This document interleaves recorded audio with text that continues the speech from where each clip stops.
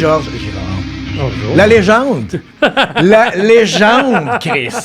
La légende de Louis-Georges. Mon Dieu, il me parle de musique. Ben, OK. on se voit pas souvent. Non. Là, on s'est vu dernièrement plus souvent. Oui, oui. On s'est connus sur Kazan 24 en 98. Puis, à partir de juste ce show-là, cette année-là, à chaque fois qu'on se croise, c'est jamais plate, c'est tout le temps drôle. Oui. On est capable de reprendre du vieux stock, puis s'en aller, mais d'incorporer du neuf tout de suite. Il n'y a pas de... Il n'y a pas de temps mort, il n'y a pas de juste... Bon, mais... Tu sais, on va couper sur le comment ça va. D'abord, on s'en crisse. C'est vrai, je pense qu'il n'y en a jamais. Ah non. Il n'y en a jamais. Non, on a ça deux, part trois. dessus. Ah oui, puis on a toujours 2-3 running gags, puis on part là-dessus, puis c'est vrai, t'as raison. C'est comme si on avait un piton, puis... Mais je trouve ça agréable, parce qu'il y a une couple de même que je suis chanceux d'avoir, puis tu t'en rends juste compte, en tout cas pour moi, en vieillissant un peu, puis que tu fais comme... Ah, si, on se voit pas, mais c'est pas grave. Ouais. Puis quand on se voit, c'est agréable, c'est comme à suivre. OK, c'est comme pause. OK. C'est ça. C'est vraiment on le fun. passe un message, Oui. on revient. Puis c'est drôle parce que moi, j'appelle ça du velcro. C'est-à-dire que dans le métier, des fois, il y a des gens qu'on voit pas pendant 15 ans. Puis à un moment donné, le velcro pogne tout de suite. Puis c'est comme si on s'était vu la veille. Puis ça, c'est drôle. Ça, pour moi, c'est comment je pourrais dire? C'est le gros plus de ce métier-là. Hey, ça va faire au-dessus de 45 ans que je fais ça. Puis des fois, je peux voir quelqu'un avec qui j'ai commencé au théâtre à Québec, dans un petit théâtre à s'arracher à la face puis à payer des pinottes. Puis on a toujours 14 anecdotes en partant. Je suis un gars d'anecdotes, j'aime bien ça. Parce que dans la vie, on se souvient toujours d'anecdotes qui, elles, t'amènent ailleurs et définissent quelqu'un. Parce que, tu sais, une anecdote, ça peut être banal, là. Ça peut être, il a échappé son livre. Puis on en rit. Ouais, c'est correct, mais on n'était pas là, tu sais.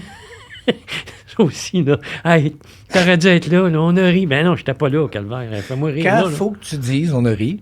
Souvent, il faut que tu sois là parce que... Non, c'est tout bad. C'est tout bad. Comme quand tu écoutes des bloopers à TV, puis le seul blooper qu'il y a pendant une demi-heure, c'est que quelqu'un a bafouillé son texte, puis tout le monde rit. Mais là, Calvette, trouver quelque chose, là, c'est pas la peau, tu sais. OK. Les moments sombres de la fricassée sportive. Wow, d'où ça sort, ça? La fricassée. Ben, il y avait ça, à un moment donné. Ah ouais? Il y avait ça à la télé, de la fricassée sportive. C'était comme des bloopers de sport. OK. Puis des fois, c'est drôle, puis d'autres fois... échappé à balle. Il a commis une erreur. Mais j'aimais le nom, fricassée sportive. Il y avait à Québec les sabourinades du sport. Parce que le gars s'appelait Roland Sabourin. C'était le journaliste du Soleil. Donc, j'aurais dû appeler ça les dents de Nilade. Ah ben oui, pourquoi pas? Bon. Ou les dents de lait de Louis-Philippe, tu sais, quand tu étais jeune, c'était le fun. Non, je ne me pas, mais les sabourinades, oui, c'est ça. Puis, à un moment donné, il y avait à Québec, comment il s'appelait? Paddy Pedneau, qui était l'espèce d'animateur radio. Et j'aimais ça l'écouter parce que de temps en temps, il y avait un petit cul que je connaissais, qui était le frère d'une fille de ma classe au cégep. Puis il s'appelait Philippe Quentin, qui est devenu un grand journaliste, puis qui est animateur. Et Philippe, à 14-15 ans, il appelait là, puis il parlait de sport olympique, ce qui était vraiment complètement en dehors. Et moi, ça m'impressionnait de voir ce petit gars-là. Je me disais, tabarnouche, qui est brillant. Bien, aujourd'hui, Philippe Quentin... Mais vous n'avez pas le même âge. Non, il est plus jeune que moi. C'est ça. Moi, j'étais... Mais tu étais encore à Québec dans le temps, c'est pour ça? Ben oui. Tu étais là combien? Ben, t'es-tu né dans ce coin? Oui, je suis né à Québec, moi, puis j'ai quitté Québec à 33 ans. OK. Et cette année, c'est bizarre parce que c'est ma première année où je vais avoir vécu plus à Montréal qu'à Québec. Et c'est vraiment étonnant parce que dans ma tête, je suis un gars de Québec. Puis c'est drôle parce que quand on est en vacances, ma blonde a dit toujours « Hey, as-tu lu ça dans Le Soleil? » Ça s'appelle La Presse, Marie. Quand on n'est pas à Montréal, La Presse s'appelle Le Soleil. C'est weird. Mais on est vraiment, elle et moi, des gens de Québec. Puis ça a été très dur de quitter Québec. J'aimais ça, tu peux pas savoir. C'est le travail. Ben oui, c'est le travail. Ben oui. J'étais toujours dans un autobus, puis j'étais toujours entre Québec et Montréal. Tu l'as fait au début? Oh mon Dieu, pendant 2 ans et demi, à un moment donné. Puis j'avais fait une entrevue à Québec avec une journaliste qui s'appelait un nom que j'ai oublié. Et c'est de valeur parce que je l'aimais bien. Puis à un moment donné, elle m'avait demandé comment tu te sens face à ça, de toujours être dans un autobus. Puis là, je disais, c'est rendu que je vois le chauffeur d'autobus plus que mes enfants. Puis j'avais lu l'article dans l'autobus. Fait que là, j'avais fait, non, là, c'est réglé. C'est comme si ça m'avait dit, hey, champion, là. Puis en plus, tu sais, dans l'autobus entre Québec et Montréal, à l'époque, en tout cas, là, ça sentait le petit pipi bleu. Mais c'est là, pour ça que je me disais, tu avais sûrement une fragrance de fond d'autobus. Ah non, écoute, c'était insupportable. C'était insupportable, cette odeur-là. Oui. Puis en plus, à l'époque, on pouvait encore fumer dans les autobus. Alors, il y avait un mélange de toilettes publiques, là, de festivals où quelqu'un avait fumé juste avant que tu rentres. C'était vraiment, c'était plaisant. J'avais hâte d'arriver à Montréal. Mais effectivement, j'ai vraiment fait la navette pendant un bon 2 ans. 2 ans? Ah oui, à peu près. OK. Puis le coup de grâce, ça a été... le coup de grâce. J'ai été chanceux. On m'avait demandé de jouer dans l'an 50. Et l'an 50, c'était comme un spring dans l'arrière, pour la carrière. À l'époque, tout le monde écoutait ça. Puis ça avait débloqué énormément. Parlons-en de cette affaire-là, parce que ça, c'est une autre affaire qu'on a en commun. Oui. Différé. Oui. On s'est recroisés après ça quand c'est reparti, mais en différé. Mais c'est quelque chose que... Puis ceux qui écoutent le podcast le savent, parce que ça a commencé avec ces gars-là quand ils sont venus ici. Okay. C'est que c'est la place où je me suis fait mes meilleurs chums. Ah oui. En travaillant. Ce qui est, tu sais, d'habitude, comme tu dis, tu travailles avec le monde, tu ne vois plus, mais c'est vraiment la place où j'ai gardé, puis je me suis fait vraiment des bons chums. Puis ça a été comme tu dis, le spring dans le cul. J'ai vécu tout pendant cette affaire-là. J'ai été... je me suis marié, j'ai eu des enfants, je me suis divorcé, je me suis trouvé... Tu comprends-tu, là, tu sais, là, tellement ça a duré longtemps, là, que j'ai un gros chunk de ma vie qui était là-dedans. Puis, ça, c'est un autre lien qu'on a ensemble, mais toi, c'est de la première édition. La première édition, donc, comment, toi, ça, c'est arrivé? Oh mon Dieu, c'est une drôle d'histoire. C'était la 2e année. Okay. Et il y avait eu... Bon, Jean-Claude Lard ne le faisait plus, c'était Richard Martin, et Richard avait décidé de faire certains changements. Puis, à un moment donné, je reçois un coup de téléphone qui me demande, peux-tu être à Davos dans 2 semaines pour tourner dans l'an 50? Tu fais, si bol, j'étais en train de jouer dans les Jumeaux vénitiens, je pense, au Trident, tu sais, puis comment veux-tu que je me ramasse en Suisse à 2 semaines d'avis, tu sais? Puis finalement, le metteur en scène, Guillermo De Andrea, à qui j'ai demandé, bien, il m'a aidé. Quelqu'un m'a remplacé pendant les 3-4 journées où je ne pouvais pas jouer. Et parce qu'il était conscient de ça, il dit, écoute, c'est évident qu'une chance comme ça, c'est énorme. Tu sais, moi, j'étais comédien à Québec, je jouais dans des théâtres, là, même ma mère me connaissait pas, là, tu sais, c'est qu'est-ce que tu veux. Puis pourtant, on faisait des maudites bonnes affaires, puis on faisait des mots, juste de belles choses, mais on n'avait pas la diffusion de la télé. Alors, du jour au lendemain, je me ramasse à Davos, en Suisse, à tourner avec Sylvie Bourque, qui faisait l'autre journaliste, et Denis Bouchard. Linda Hébert. Linda Hébert, c'est ça. Hébert. Et bing bang, du jour au lendemain. Et écoute, ça n'avait pas de bon sens, la chance que j'avais. Puis, tu sais, t'es dans l'avion, tu sais, puis tu rencontres quelqu'un qui... Ouais, je m'en vais tourner en Suisse. J'ai-tu dit ça, là? Tu fais tabarnouche, tu sais. C'est du jour au lendemain, là. Puis en arrivant ici, c'est évident que ça avait tellement eu d'impact dans ces comptes que j'ai eu des demandes pour jouer dans 2 téléromans tout de suite en revenant. Alors, ça a été énorme. Mais t'étais-tu conscient d'abord que, dans le sens... Tu sais, ça a été marquant la première saison de l'an 50 parce que c'était comme la première grosse série où c'était mais pas j'étais des murs pas en dedans. carton. Non, ça, je le sais. Mais tu as été au courant que ça avait joué. Hey, le cave. Parce qu'à Québec, tu viens de Québec, c'est le National, ils ont tourné là-bas. Oui, les Nordiques, qu'est-ce que tu veux, c'est le National, c'était les Nordiques, là. Puis moi, j'étais un maniaque des Nordiques. Fait que, j'écoutais cette émission-là, religieusement, tu sais, en me disant, maudit que j'aimerais ça jouer là-dedans. Fait que quand ils ont appelé, c'était pas juste. Ben, tu te souviens-tu comment. T'as-tu fait comme qu'est-ce qui se passe? Ben, tu sais, un peu que. Ben oui. Ben non, mais c'est parce que je savais que je pouvais pas le faire. Je me souviens encore, c'était un téléphone que j'avais. Tu sais, dans le temps qu'on mettait des dizaines dans le téléphone, j'étais au Grand Théâtre, c'était juste avant un spectacle, puis c'est écrit rejoindre Richard Martin. Je savais c'était qui, sacremouille, tu sais. C'est comme si c'était écrit, pouvez-vous rappeler Benoît XV? Oui, c'est pas long, Rome. Bon, tout ça pour dire que je l'appelle, tu sais, puis je me souviens encore au téléphone, je faisais. Je peux pas. Tu sais, ça faisait je peux pas. Puis, à un moment donné, je me souviens encore, il y a un des comédiens à qui je raconte ça, puis il dit, mais est-ce le cave? Demande-le à Guillermo, au moins. Au moins, demande-le. J'ai dit, voyons, il ne vaudra jamais. Puis finalement, il a voulu. Wow. Oui, c'est un gros coup de chance. C'est évidemment... Tous les comédiens qui ont eu une carrière un petit peu, qu'on a vu beaucoup à la télé, ont tous eu un petit coup de chance. Ouais. Puis l'autre coup de chance, qui est drôle aussi, parce que Richard, c'était le conjoint d'Élisabeth Chevalier, que je connaissais à cause de l'Union des artistes. Puis à un moment donné, je faisais une annonce, je pense que c'était Le Vignier, Puis à un moment donné, Richard Martin, il fait, il est drôle, ce gars-là, mais il paraît que c'est pas un acteur. Pourquoi je l'imite comme ça? Il paraît pas de moi. Puis, à un moment donné, Elisabeth dit, bien sûr, c'est un acteur, je l'ai vu au Bois de Coulon, j'étais passé. Il est très bon. Parce qu'Élisabeth avait dit à Richard que j'étais un acteur, elle m'avait vu jouer au théâtre. T'as été coché. OK. Ça se peut. Alors, évidemment, Richard devait donner beaucoup de crédibilité à sa conjointe, qui est une grande actrice, soit dit en passant. Alors, je pense que ça vient d'Élisabeth. Wow. Ah oui, c'est drôle des fois les liens qu'on peut faire a posteriori. Mais je pense sincèrement que je dois à Elisabeth une bonne partie de ma carrière télévisuelle. Puis ça a-tu été... parce que tu arrives... Tu sais, tout dépendant. Tu en as fait des séries aussi, ou des fois tu arrives dans saison 2 ou saison 3, tu sais. Des fois, le cocon est fait, disons. Toi, tu arrives en périphérie, puis bon, c'est correct, là, tu sais, mais sans plus. Fait que toi, quand tu es arrivé avec ça, parce que de moi, mon souvenir, tu dis que tu n'as pas été dans la saison 1, je te crois, mais j'ai l'impression que dans l'inconscient collectif, tu étais là du début à la fin, puis vous étiez comme un trio. Oui, bien, tu comprends-tu? Vous étiez comme un triangle, vous trois, puis vous aviez chacun vos caractères qui faisaient que, bon, quand un tirait l'autre, les deux tiraient de l'autre bord. Mais c'est ça le feeling que j'ai, là, tu sais. Bien, il y a eu aussi une belle complicité avec Denis. Okay. Parce qu'à un moment donné, il y avait comme un imbroglio, à savoir, en tout cas, dans nos deux personnages, on jouait quasiment le même personnage, tous les deux. Puis à un moment donné, on s'est regardé, puis je sais pas qui a eu le flash entre les deux, mais j'ai fait, OK, il y en a un qui va servir la soupe, puis l'autre qui va puncher.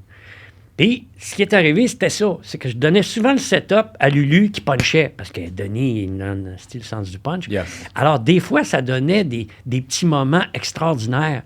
Puis, Denis, c'est un créateur, Denis, puis bon, c'était connu à la LNI. Des fois, il y avait un flash, ou j'avais un flash, puis on disait, hey, on devrait peut-être essayer ça, peut-être ça. Puis là, des fois, on disait à Richard Martin, avant de tourner la scène, hey, Richard, on a eu une petite idée. Ouais, c'est quoi? Là, il faisait notre petit sketch rapidement. Tabarnak, que vous êtes drôle, on le met. Fait que c'est soudainement arrivé. Je sais pas pourquoi j'imite comme ça, Richard. Je sais pas. Mais il roulait un peu ses airs, je l'aimais beaucoup. Soit dit en passant, quand il est décédé, j'ai eu beaucoup de peine. Okay. Mais Richard, c'était ça. C'est que des fois, il nous voyait tous les deux, puis il disait « Qu'est-ce que vous êtes malade? » Puis on embarquait.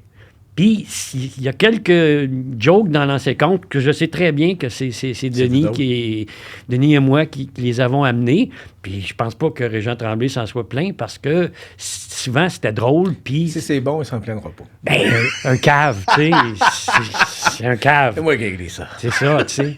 Puis, mais je te l'avais raconté, cette anecdote-là, parce que moi, j'arrivais sur l'ancien compte et une des premières répliques que j'avais à dire, c'était, Pierre Lambert. Oui. Et ça, il faut Karl Marotte. Pierre Lambert et France Zobda, la comédienne qui jouait sa blonde là-dedans, elle arrivait, puis mon personnage disait, tiens, voilà Pierre Lambert avec sa N-word.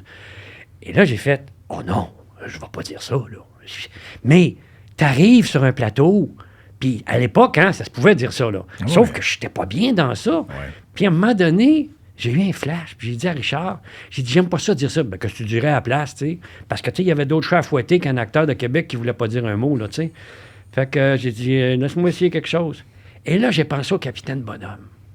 Le Capitaine Bonhomme, il faisait des histoires à un moment donné, là, tu sais, des histoires, puis il y avait toujours un personnage qui s'appelait Mademoiselle Petits Oiseaux, qui était une jeune fille noire, et il l'appelait la perle des Caraïbes. Alors, c'est ça que j'ai dit. J'ai dit, voilà Pierre Lambert avec sa perle des Caraïbes. Richard me regarde. Parfait. Nice. On l'a gardé comme ça. J'étais tellement content. Parce que, vois-tu ça aujourd'hui, 35 ans plus tard, puis on dit, voici, à l'époque, on pouvait encore dire ça, puis bang, ma grosse face qui dit le N-word. Ah non, j'aurais été malheureux comme les pierres, tu sais. Et France Zobda, une autre anecdote pour elle. On s'entend que France Zobda, c'était une très, très belle femme. C'était une beauté rare. Là, et en plus, elle avait un record mondial dans la couleur de ses yeux. C'est ça. Puis bon, c'est drôle parce qu'on avait un point commun une certaine journée. On se rendait à l'hôtel et elle arrivait de Martinique ou de Guadeloupe. Je ne me souviens plus du pays, de l'endroit d'où elle venait, en tout cas, une de ces deux îles-là. Mais moi, j'arrivais de Québec en autobus. Mais nos taxis sont arrivés en même temps. Alors, à l'hôtel où on était, Je peux te dire qu'elle était juste en avant de moi. Écoute, le portier, en tout cas, ils sont arrivés 5 gars pour y prendre sa valise. Puis à un moment donné, moi, j'étais là, personne ne s'occupait de moi. Et c'est là que je me suis dit dans ma tête, Chris, je serais tout nu en raquette que personne ne verrait, tu sais. Parce qu'effectivement, quand France Update, à quelque part, c'était... Non, soyons francs, là, tu sais, je pense pas l'avoir là dans les matchs en disant ça. Là, c'est simplement que... Je pense pas qu'à apprécier la beauté de quelqu'un... Non, je pense pas. Puis c'est ça, puis il y a du monde qui vont transcender... c'est comme j'ai des amis qui ont travaillé avec Monica Bellucci, disons. OK. Puis elle rentre dans la pièce, tu la vois pas, puis il y a comme un... Il y a un courant d'air. Il y a quelque chose. Oh, puis oui. ceux qui la voient, on arrête de parler. Il y a comme... Tu fais, bon, mais gars, qu'est-ce que tu veux? C'est comme ça, c'est comme ça. Puis c'est pas... Je vois pas comment ça peut être au détriment de quelqu'un de dire...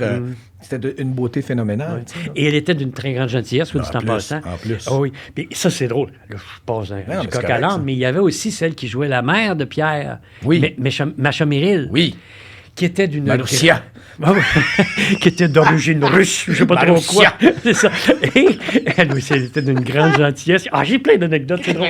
Puis, à un moment donné, on tournait un moment donné à Deauville, puis moi, le cave, tu sais, il m'amène à Deauville pour tourner une journée où j'avais à peu près rien à faire, avec les per diem, l'avion payé, le cave. Je suis allé passer une semaine à Paris. Je m'en vais au cinéma. Je vais voir le film qui me tente. C'est Macha Merrill que j'avais vu 2 jours avant qui jouait avec Julie Andrews. Tu fais quoi? Quoi? C'est-tu moi qui vis ça? T'sais, effectivement, et Macha Merrill, ben oui, c'est une grande actrice, t'sais, mais elle était dans l'ancien compte. Alors, tu sais, il y a des gens qu'on croise qu'on penserait jamais avoir un certain lien. Et ce qui était drôle avec Macha, Mécha, hein, je pense, en tout cas. Il me semble que c'est Macha. Macha Merrill. Mais écoute, alors là, je peux pas dire que c'est ma grande amie, je vais me dire son prénom, mais j'ai quand même bien aimé la rencontrer. Puis à un moment donné, j'avais vu un extrait, je reste du gars qui est toujours à Paris, mais ça a donné de même. J'avais vu un extrait de Cogne et Gagne, mais doublé par des Français. Donc, l'ancien compte qui est devenu Cogne et Gagne. Cogne et Gagne. Puis là, à un moment donné, je disais, regardez ça. Puis à un moment donné, je voyais Marc Messier puis Sylvie Bourque qui avaient une scène ensemble. Moi, est-ce qu'en français, c'est pas parce qu'on est déjà sortis ensemble que je vais te donner des scoops. Puis à la française, c'est pas parce qu'on est déjà baisés que je vais te dire des choses. Tu fais quoi qui a dit ça?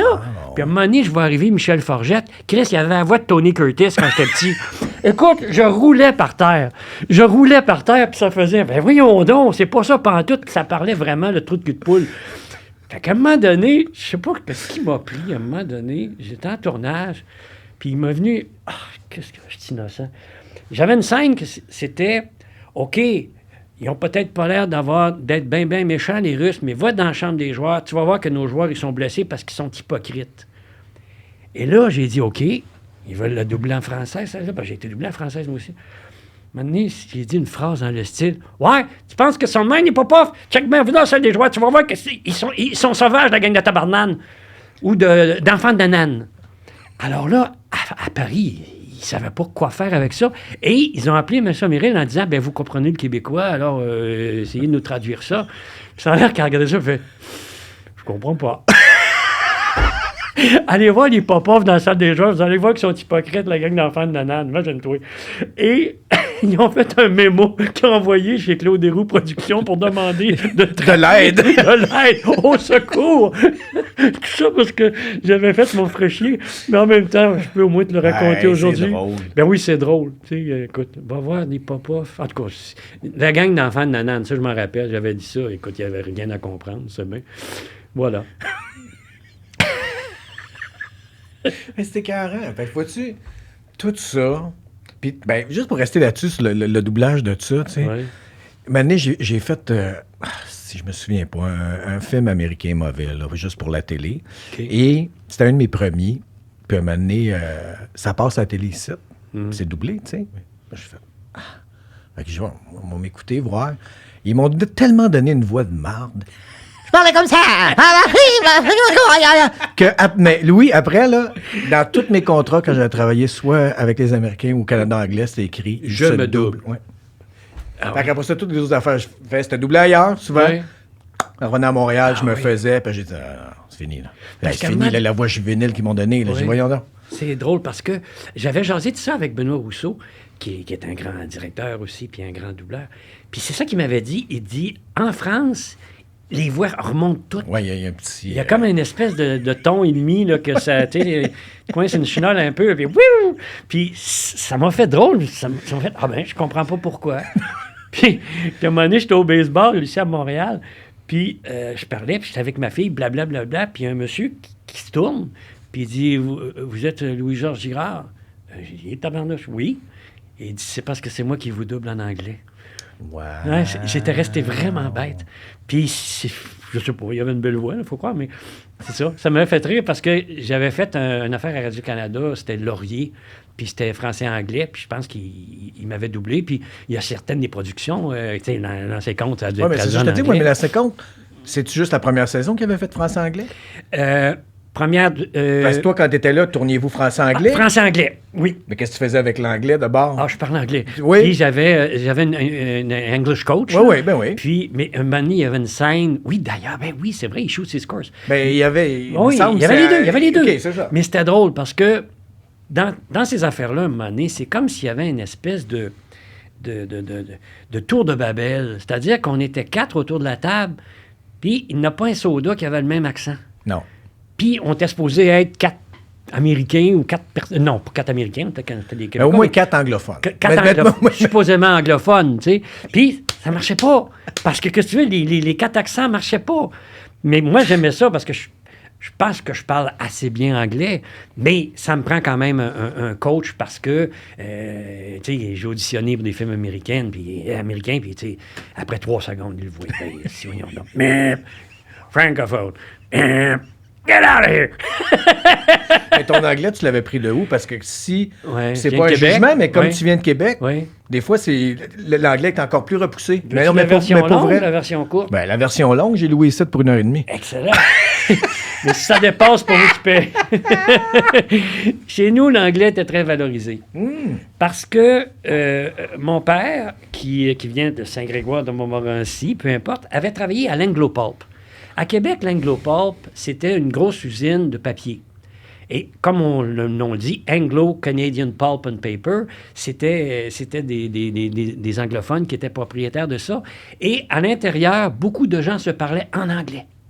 Et même des francophones. Et là, je reviens à mon ami Philippe Quentin. Son père avait travaillé avec mon père à l'Anglo-Pulp.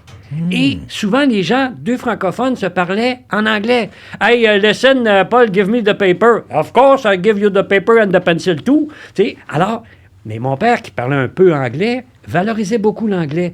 Donc, quand ton père valorise l'anglais, tu veux te faire aimer par ton père, ben tu veux apprendre l'anglais. Alors, moi, j'étais allé dans des camps de vacances en Ontario. Fait que c'est-tu toi qui avais demandé d'aller dans ces camps-là? Non, mon frère l'avait fait avant moi. Il m'avait raconté ça. C'était exceptionnel. Ça s'appelait les Taylor Staten Camps. C'est les mêmes camps où allaient les Trudeau. OK. Alors, c'est pour te dire que c'était pas des camps de trou de pète, là. Mais on allait là comme employés. Alors, ils nous donnaient 25$ puis ils nous payaient le train. Mais moi, je passais l'été à faire du canot-kayak, de l'équitation. Écoute, Tu étais comme moniteur là-bas? Ça s'appelait CIT, Counselor in Training. OK, c'est ça. Et fait que t'as pas de salaire, mais ça te coûtait rien. à peu près, la première année, deuxième année, Ouais, mettons, ils montaient ça à 125 pour l'été, attention. Mais t'étais-tu devenu counselor la deuxième année ou t'étais encore une training? Non, j'étais devenu WAP Guide, qu'on appelle. C'est-à-dire que le camp Wapomeo, c'était des guides qui faisaient des voyages en canot, camping. Et c'est ça. Puis... Puis c'était des gens pauvres qui étaient là. Je me souviens qu'il y avait une petite fille qui s'appelait Kathy Molson. Puis j'avais dit, Where are you from? Tu sais? Puis elle m'avait dit, Well, I'm from Montreal. Puis là, j'ai dit, moi, les seuls que je connais à Montréal, c'est les Molson. Yeah, that's my daddy. c'est la fille de David Molson. Puis à un moment donné... La misère des riches. Ah oui. C'est ça. Hey, on est dans des anecdotes. Ben oui. Mais c'est juste... Oui. Puis il y avait une petite fille qui s'appelait Julia Taft. Puis à un moment donné, je placote avec, puis à un moment donné, oui, tu sais, Louis, je peux te dire que j'ai beaucoup aimé le Québec parce que j'y vais l'été. Je dis, ouais, you're from New York. Oui, elle, imagine-toi, son grand-père avait fait construire un chalet à Pointe-au-Pic. Ça s'appelait The Canadian White House. C'était la petite fille de William Taft, le président des États-Unis. Wow! C'est pour te dire que dans ces camps-là, tu rencontrais des gens absolument incroyables, tu sais. Puis, c'est ça, elle allait passer ses étés à la résidence que son grand-père avait fait construire, donc en étant à Pointe... C'est Pointe-au-Pic, Murray Bay, c'est ça? En tout cas, peu importe, c'est dans Charlevoix, là. Ouais. Et évidemment, les voisins, tout ça. Mais c'est tellement cute quand tu vois une petite fille de 15 ans ou 14 ans qui te met à te parler en français.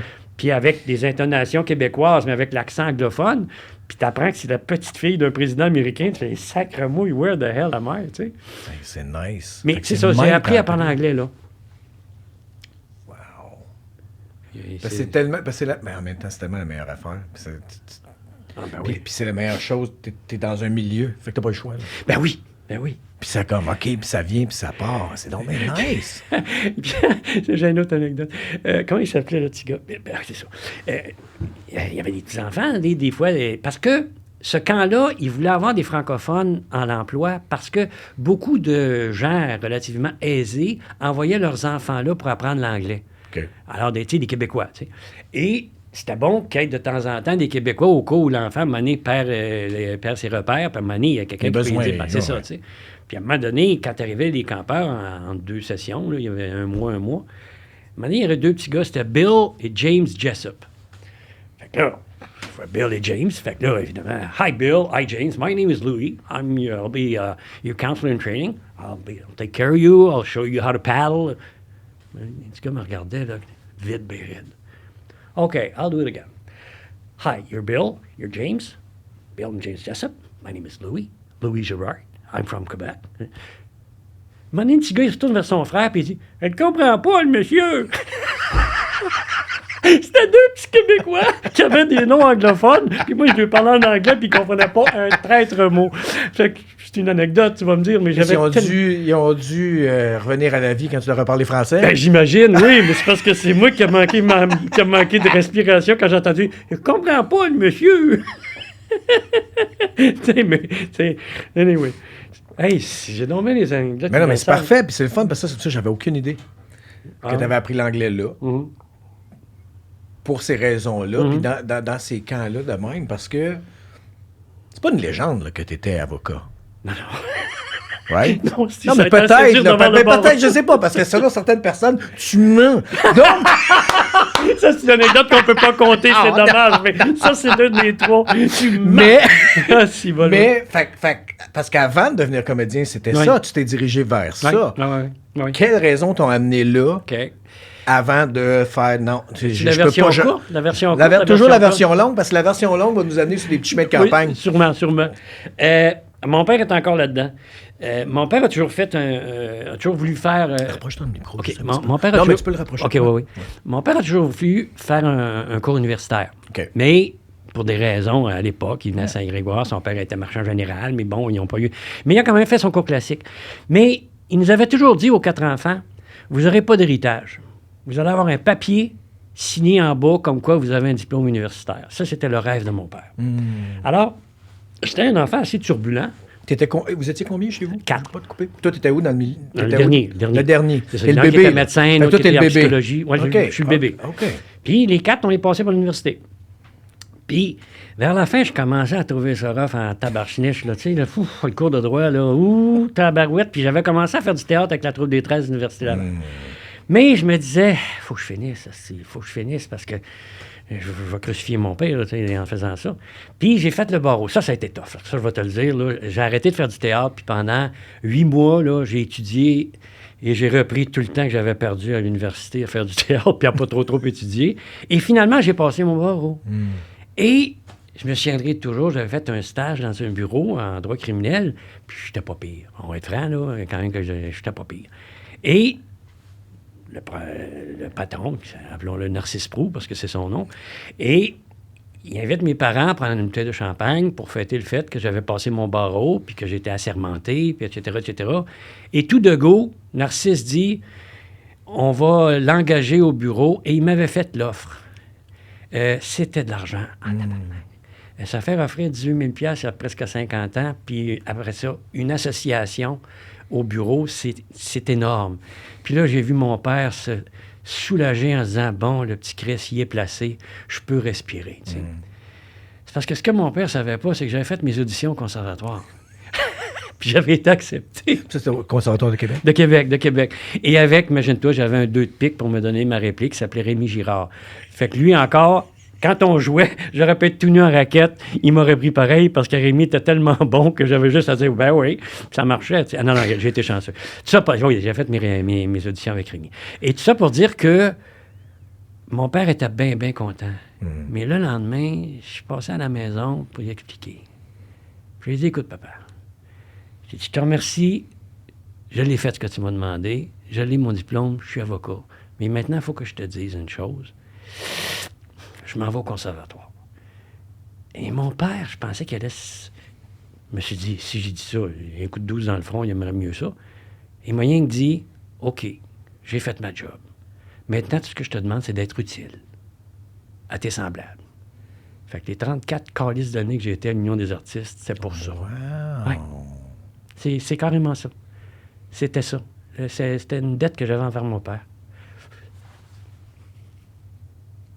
Wow! C'est long un petit peu. Non, c'est beau. Oui, je sais bien, mais c'est ça l'histoire.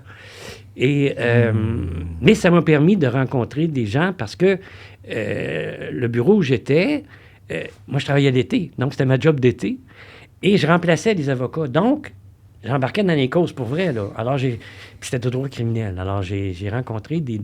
Tu l'as fait pendant combien de temps? 3 fois 4 mois. OK. Et par après, je faisais des comparutions du samedi matin à Québec, parce que la loi veut qu'une personne arrêtée doit comparaître dans les 24 heures, sauf la fin de semaine, mais le samedi matin, il doit comparaître. Le dimanche, il ne comparaîtra pas, c'est fermé, mais une personne doit comparaître le samedi. Je ne sais pas maintenant comment c'est, parce que ça va être trop vite. Bon. Puis, je faisais ça. Et c'est drôle, parce que c'était le fun le samedi matin, parce que le bureau avait beaucoup de clients. Et pourquoi il me demandait de faire ça, d'être là le samedi matin, c'est que si un client se faisait arrêter le vendredi soir, le samedi matin, il allait prendre un autre avocat puis il allait l'échapper. Il perdait le cas. Il perdait le dossier, cas, c'est ça. Alors, bon. moi, en comparaissant, par les 3 quarts du temps, je les sortais sur cautionnement, là, parce que c'est pas toujours des soirs, tout ça. Alors, c'était ça ma job. Mais le samedi matin, j'allais déjeuner avec les gardiens, puis les autres avocats. Et devinez avec qui j'ai déjeuné le plus souvent? Jacques Larochelle, un des plus grands criminalistes de l'histoire du Canada, tu comprends bien, et une personnalité hallucinante. Le gars, il avait 7 enfants, je pense. Il avait une vieille Volvo. Et les fins de semaine, avec sa conjointe de l'époque, il allait jouer... Elle a joué du violoncelle, puis lui, je pense qu'il jouait du violon, puis il allait dans des endroits de gens âgés pour aller leur faire de la musique. Et... si ma mémoire est bonne, ce gars-là avait fini son bac à 18-19 ans, puis il est allé faire une maîtrise à la Sorbonne, et il avait donné sa thèse écrite en latin. Jacques Larochelle, là, si on me dit que c'est un imbécile, ben moi, je suis une crotte de nez. Là. Mais croiser des gens comme ça... Mais tu étais déjà au courant de qui était cet homme-là? Il n'était pas encore cette grande sommité-là. Okay. C'était déjà l'avocat que le monde disait « Wow! » OK, wow.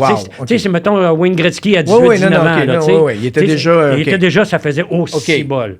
Peut-être qu'il était plus que ça, mais moi, il m'impressionnait. OK. Mais tu savais au moins. Tu savais comme... Ah non, c'était clair. C'était clair que ça allait devenir un grand criminaliste, mais c'était surtout un être humain fascinant.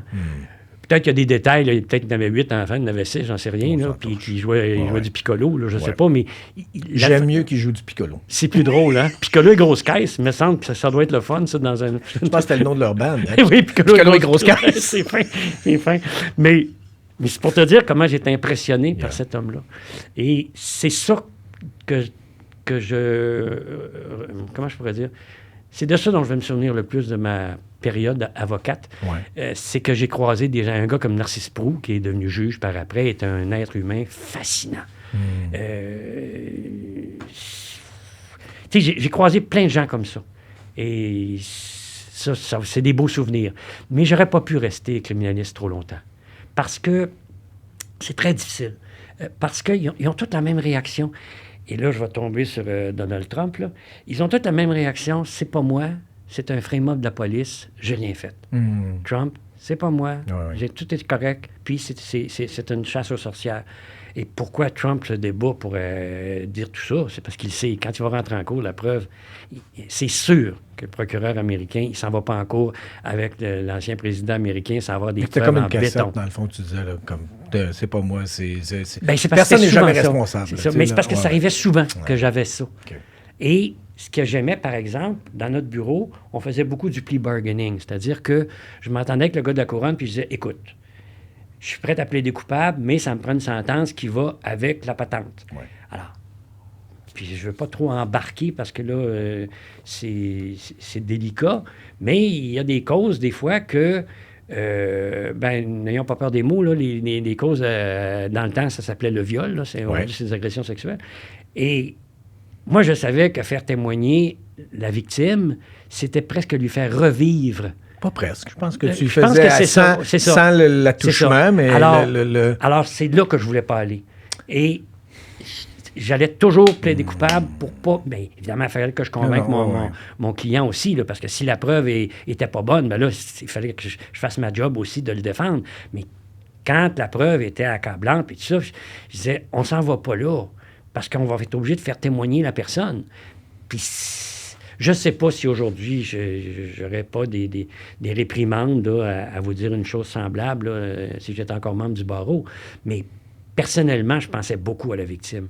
Parce que moi, ce qu'on m'avait dit, hey, là, je vous parle, c'est presque à 45 ans. Là. Oui. À l'époque, c'était ça qui était en tout cas, moi, c'est ce qui m'avait marqué. C'est que de faire témoigner une victime, c'était comme lui faire revivre à nouveau. ce qui s'est passé. Puis, C'est rough. c'est ouais. ça.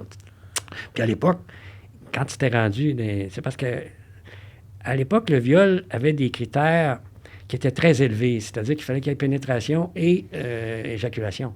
Et faire la preuve de tout ça.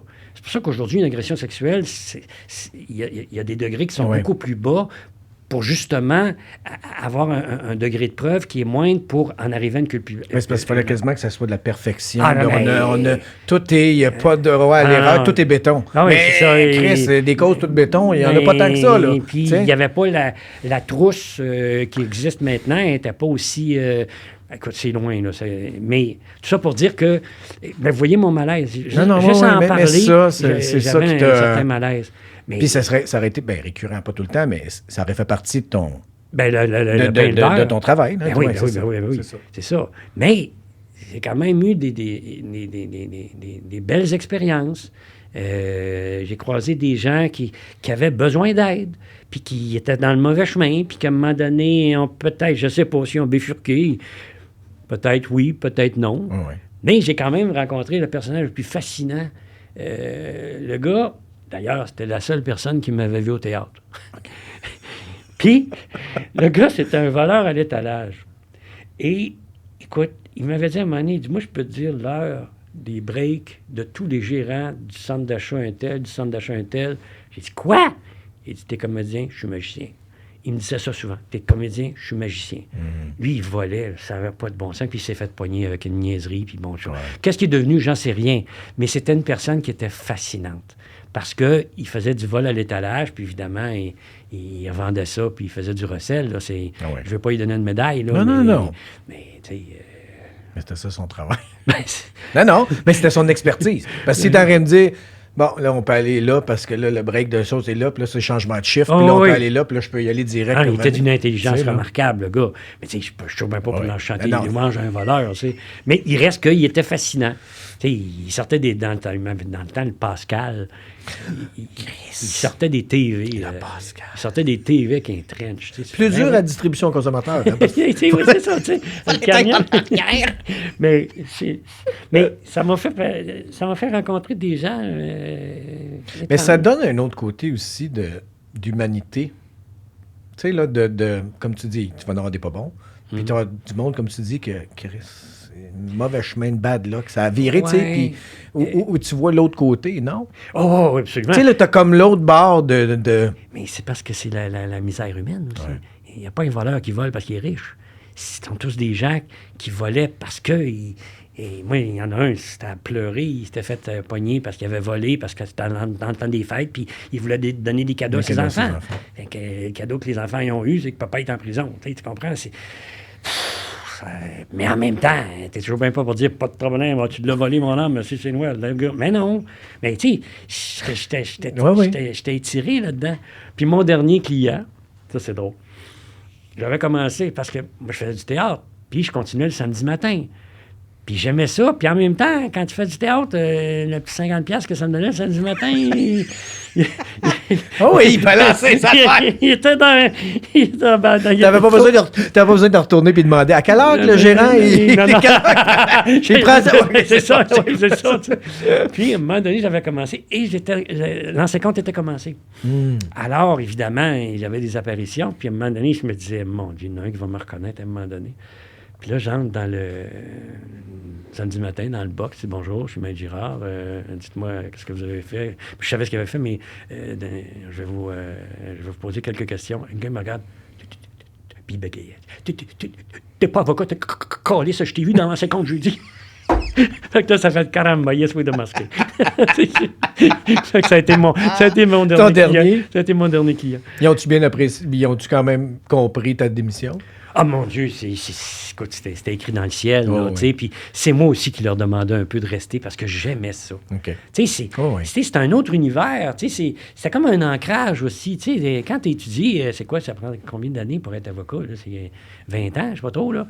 À un moment donné, tu te dis, Colin, puis, en même temps, soyons francs, je me lançais dans une carrière d'une insécurité sans nom. Puis je savais que j'avais quand même un plan B si jamais ça ne marchait pas. Mais il était loin, le plan B. Je voulais pas revenir avocat. Non, ça, je comprends. C'est ça. Ouais. Puis t'avais quel âge quand t'es sorti du conservatoire? 20... À peu près, t'étais dans vingtaine, début vingtaine, mi-vingtaine, genre? 23, je pense. Okay. 24, ouais. Fait que, comme t'étais... Ben, de manière que t'en parles, c'est que tu t'es mis à travailler tout de suite. Comme au théâtre, tu sais, ou en tout cas, mais je dis, t'es sorti de l'école, puis c'était good. Oui, tu sais, là, t'étais... c'est encore là, c'est Rémi Girard qui m'a engagé le premier pour jouer au Mais Théâtre lui, du Québec. Lui a fini avant toi. Oui, Rémi a 2-3 ans. Mais vous avez été à l'école, vous êtes croisés à l'école, ou il était juste... Pas du tout. Fait qu'il faisait juste des répliques pour le plaisir avant que tu rentres? Non, c'est parce que... mon Dieu, c'est une longue histoire. Ben, je sais pas, tu l'as connu d'avant, d'abord. Un petit peu avant, c'est que... T'es trop jeune, peut-être, connais ça, les perspectives jeunesse. Non, mais OK. Tu sais, c'est quoi? Oui. OK, bien, on avait des subventions, puis c'était des projets. Puis nous, on avait une troupe qui s'appelait la Gang des autobus. Okay. On jouait dans les autobus de la ville. On arrivait, puis là, tout d'un coup, on se levait, puis on se mettait à chanter, puis blablabla, puis le monde aimait ça, ou il aimait pas ça, mais peu importe. C'était du théâtre d'intervention. OK. Et une année, Chris, on est subventionné. Fait qu'à un moment donné, on s'est dit, tabarouette, on va engager des bons acteurs. Et Rémi sortait du conservatoire, il n'y avait pas de travail, puis on lui a offert. Ça te tente-tu de travailler avec nous autres pendant l'été avec un salaire, puis etc. Puis Rémi, il dit, ben oui, yes! Fait que c'est comme ça que j'ai connu Rémi. Puis, c'est bien sûr que Rémi, c'est tout un acteur. Hein? Fait que c'est comme ça que je l'ai connu. C'est le fun de savoir qu'il a commencé en théâtre d'intervention dans les autobus de Québec. Oh mon Dieu, ben non, même avant ça, il y avait... T'es aimes pas les écouteurs, hein? T'es non, depuis tantôt. j'ai scrap depuis tantôt. J'ai des grandes oreilles. Non, Rémi avait été dans le théâtre Parminou aussi. Ouais. Le théâtre Parminou, qui est un théâtre qui existe encore. Là, yes. Et il a été un des premiers dans le théâtre Parminou. C'était bon, ça, tabarouette. C'était des acteurs avec Jack Robitaille. Il y avait des... comment ça s'appelle? En tout cas, ça l'a dirigé pendant des années. Mais quand, là... Ça veut-tu dire que t'as gardé ça pour toi en esti quand t'es allé auditionner? J'avais quoi? T'as dû garder ça pour toi quand t'es allé auditionner pour rentrer au conservatoire, si t'étais déjà en droit puis t'étais en train de... Non, parce que... Ou t'as juste fait, je vais pareil. Fait que même ton père le savait. Que non, c'est ça. Non, il ne savait pas. Okay. Mais mes proches le savaient, oh, là, okay. la gang avec qui je faisais du théâtre puis tout, là. Okay. C'est ça. Puis, je veux dire... C'est toi qui... T'es-tu fait pas pousser à y aller, mais eux autres, tes amis t'encourageaient-tu à y aller? Ben, ou c'était comme un... Je pense que c'est Rémi, à un moment donné, qui m'a dit, veux-tu faire du théâtre sérieusement? Puis, tu sais, quand tu te fais dire ça par ce gars-là, parce que, tu sais, on a beau dire, là, Rémi, il a l'âge qu'il a, puis bon, toute la carrière qu'il a, mais même à l'époque, Rémi était une personne avec une crédibilité énorme, là, même à 25 ans, là, tu sais, il avait fait son conservatoire en 2 ans, au lieu de le faire en 3 ans, parce qu'il avait sauté des années, ce qui s'était jamais vu, lui puis Normand Chouinard. Alors, tu sais, c'était quand même pas rien. Puis quand un gars comme ça te dit, tu devrais aller au conservatoire, tu fais, oh boy, tu sais, c'est... Fait que ça t'a comme... Ah ben oui, c'est un bien autre sûr. Ben oui. Petit tape ses fesses que t'as comme fait. Oui. Ah, OK. Oui, il fait partie de ceux à qui je dois beaucoup, là, c'est sûr. Non, mais juste des fois, tu fais... C'est le petit coup de vent dans la voile que... Ah oui. Tu sais, bah, c'est le fun, mais oui. il y a quelqu'un qui fait... Il y a peut-être plus que tu penses dans cette... Oui, c'est ça. Dans cette année-là. Parce qu'en même temps, tu dis à quelqu'un, hey, ça me tente de faire mes auditions, puis il fait... Ah ouais? OK. Canadien, tu gagnais, hein, tu sais, là, tu sais, aussi, ouais. Tandis que quand la personne que tu crédibilises ou pour qui tu as beaucoup d'admiration te dit que tu devrais le faire, ben let's go. Puis, moi, je pensais pas faire la carrière que je fais là. Tu sais, moi, je pensais essayer, puis avoir du fun, parce que c'est ça que j'ai connu, moi, en faisant du théâtre à l'université. Tu sais, j'ai connu du monde, me fait des amis, des parties, puis faire des spectacles, puis tu sais... Et tu as fait du théâtre, tu sais, quand tu arrives et tu fais rire 500 personnes, sacre mouille, c'est tough d'accoter ça, là. Je pense que c'est pas accotable. Non, ça s'accote pas. Je vais être bien honnête avec toi. Non. Je pense que faire rire du monde live... c'est pas possible. Il n'y a rien... C'est le plus beau high, je pense, que comme moi j'ai vécu, en tout cas. Oui. Fait plein de belles affaires, là. Oui. Mais... Qu'est-ce que tu veux juste y regoûter? Oui. Puis tu punches, puis là, tu te dis, ça, c'est rien, Chris, dans 3 minutes, il y en a un autre qui s'en vient. Le mur de son qui revient te frapper, là. C'est ça. Toi, tu lances juste un petit peu. Puis c'est ça. Puis là, tu fais, la vague s'en va jusqu'en arrière, elle redescend un petit peu, et là, tu refesses. Ça, il faut jamais que tu refesses dans la vague. Non, mais tu l'apprends une fois. Oui. Parce que tout le monde, c'est qu'il a dit. Non, tabarnak. Demain, il ne ferait pas ça, c'est bon. Mais, puis en plus, c'est dur d'apprendre ça. C'est dur d'apprendre ça à des élèves ou des choses comme ça, parce que c'est de l'instinct. Tu sais, en tout cas, mais... Non, t'as raison. Ah non, mais ça a été un beau high. Oh oui, j'ai aimé ça au bout. Mais t'as-tu aimé l'école en tant que telle là-bas? Non. C'est parce que ça n'a pas bien été. Ça n'a pas bien été. Non? Non, parce que en fin de 2e année, il y avait eu comme une espèce de rébellion avec un professeur. Puis, moi et ma grand-gueule, je m'étais mis le nez dans le trafic, puis mettons que j'ai payé pour. Puis, mais en même temps, j'ai eu une excellente formation. Tu sais, j'étais dans la classe de Denis Bernard, puis de Marie-Ginette Gay, puis de Michel Nadeau, qui sont des acteurs et actrices extraordinaires. On a eu des bons professeurs, tout ça. Si j'ai pas été mis dehors parce que je manquais de talent, c'est parce que j'avais une petite grand gueule, puis aujourd'hui, je pense que j'aurais pas joué, j'aurais pas... Non. Mais ça aurait peut-être pas changé, tu sais. Tu peux pas... T'as fait ce que t'as fait. Non, je sais. C'est ça que t'as fait. Puis tu fais garde. Mais sais-tu quoi? C'est ça. C'est parce que j'ai été étiqueté et renvoyé du conservatoire. Alors, c'est comme un joueur de hockey qui n'a pas été repêché. OK. Je vais vous montrer, moi, Chris, que j'ai du talent. Puis ça a été mon quest pendant... un bout de temps? Plusieurs années. Ouais. Plusieurs années, oui. J'ai trouvé ça trop... Tu t'es mis beaucoup de pression. Mais je comprends. Je te comprends. Puis ça fait en même temps que des fois, mettons, je mettais peut-être un petit peu trop, un petit peu plus que le client demandait parce que je voulais trop. Prouvé que c'est ça, puis... t'avais ta place là. Exact.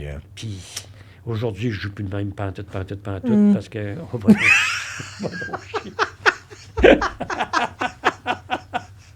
Non, mais... mais c'est bon, parce que toi, c'est des étiquettes, des fois, qu'on se colle, puis après... Mais en même temps aussi, c'était des fois... à tort ou à raison, là, quand il y a des... Tu sais, il y a tellement de bonnes affaires dans des institutions, puis il y a d'autres côtés d'une institution que...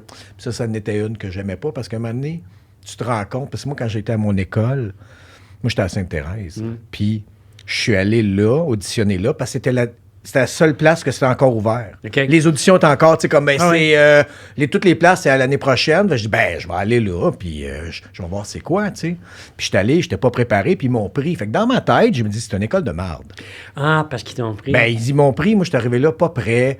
J'ai improvisé, j'avais une mini-scène, puis tu sais, là, mais j'étais à l'aise sur scène. Puis, tu comprends? Après, j'ai compris pourquoi ils ont fait, non, c'est là, il va venir apprendre, puis c'est correct. Mais dans ma tête, Oui. je fais...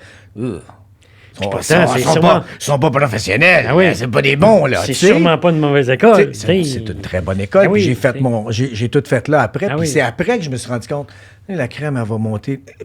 Que ce soit là que tu as commencé, Ah oui. pas rien.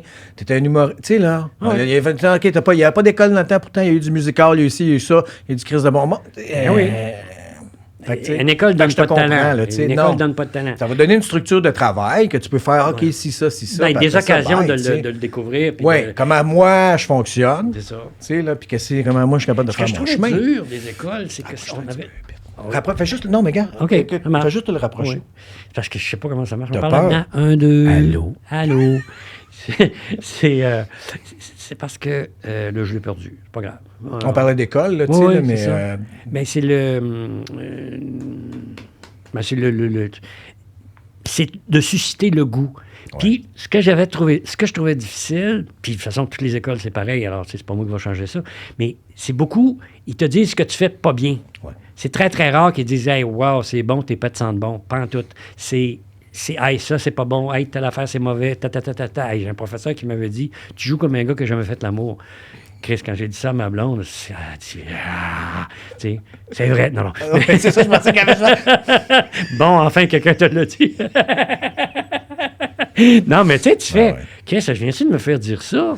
Puis tu sais, souvent, tu as des gens qui se faisaient des... Puis tu sais, t'en voyais des fois qui se faisaient débattir, tu sais, puis il y en a même dans ma classe, ils l'ont pris, elle avait 17 ans, je pense, ou 18 ans, puis ils l'ont mis dehors parce qu'ils la trouvaient trop jeune. Mais Chris, vous l'aviez, son âge, quand elle est arrivée, tu sais. Mais en même temps, peut-être qu'elle n'avait pas la maturité aussi. Tu sais, c'est jamais à trancher au couteau comme ça, là, tu sais. Mais moi, c'est ce que j'ai trouvé dur des écoles, c'est de l'école, je veux dire, c'est que c'était toujours... Ça, c'est pas bon, ça, c'est pas bon. T'avais-tu ça différemment quand t'étais en droit? Ah, ben, en droit, T'avais-tu plus les deux ou c'était non. tellement empirique que ça, Ben on non, s'en calisse? en droit, je veux dire... Non, mais je sais pas, Non, mais en droit, il n'y a personne qui te dit c'est bon, c'est pas bon. OK. Tu fais des examens, puis c'est un chiffre. OK. tu sais, Ben, c'est ça, quand je dis c'était comme empirique, c'est comme... La réponse, c'est ça ou c'est ça. Il n'y a pas de... non, il y a pas Parce que de- quand on s'entend, comme le théâtre, ça, c'est subjectif aussi. Oui. Tu sais, oui. tu vas Des travailler fois- avec quelqu'un aussi que tu fais, je le Ouais. catch pas, là. Ben, Ouais, il y a une qu'est-ce- base, là, ouais. d'être pas bon, là, ou de tu écoutes, tu l'as pas. Tu l'as pas. Ben, tiens, c'est l'article 1053. Tu sais, dans le temps, c'était celui-là, la responsabilité. Là, mais c'est plus ça maintenant que le nouveau code. Mais des fois, il y avait de l'interprétation, puis il pouvait y avoir un petit jeu. Mais en général, du droit, c'est très, très cartésien. Là, tu sais. Par contre, il y a ce qu'on appelle de la jurisprudence qui est contradictoire. Tu sais, à un moment donné, si tu prends une cause qui est allée à la cour d'appel, tu peux avoir 3 juges qui sont en faveur, puis 2 juges qui ne sont pas en faveur. Alors, les 2 juges qui sont dissidents peuvent quand même donner des notions de droit sur la cause qui, même si elle a été perdue à 3 contre 2, dont tu peux te servir. Parce que c'est un gars qui est ou une femme qui est à la Cour suprême, là, on s'entend là, que quand ils disent que telle affaire, ben, c'est des gens qui ont pensé. Le droit, c'est pas seulement là, vrai, faux. Là, il y a plein d'interprétations. Moi, les chartes, ça, j'avoue que je suis arrivé un peu avant ça, mais les chartes ont changé énormément de choses. Les droits et libertés, il y a plein d'affaires à un moment donné qui sont en fonction de l'égalité homme-femme. Je ne dis pas que c'était pas légiféré à l'époque, mais c'était pas aussi bien structuré qu'aujourd'hui. Puis encore là, il y a encore beaucoup d'interprétations. Oui, mais au moins, c'était mais c'était pas dans la bonne direction. Là, c'est ça. Là. Mais toi, as-tu déjà joué ou t'aurais-tu aimé ça, jouer dans Justice pour tous? J'en ai fait T'en as-tu fait pour vrai? J'en ai fait 2. Pour ceux qui ne savent pas c'est quoi Justice pour tous, c'est mais vraiment...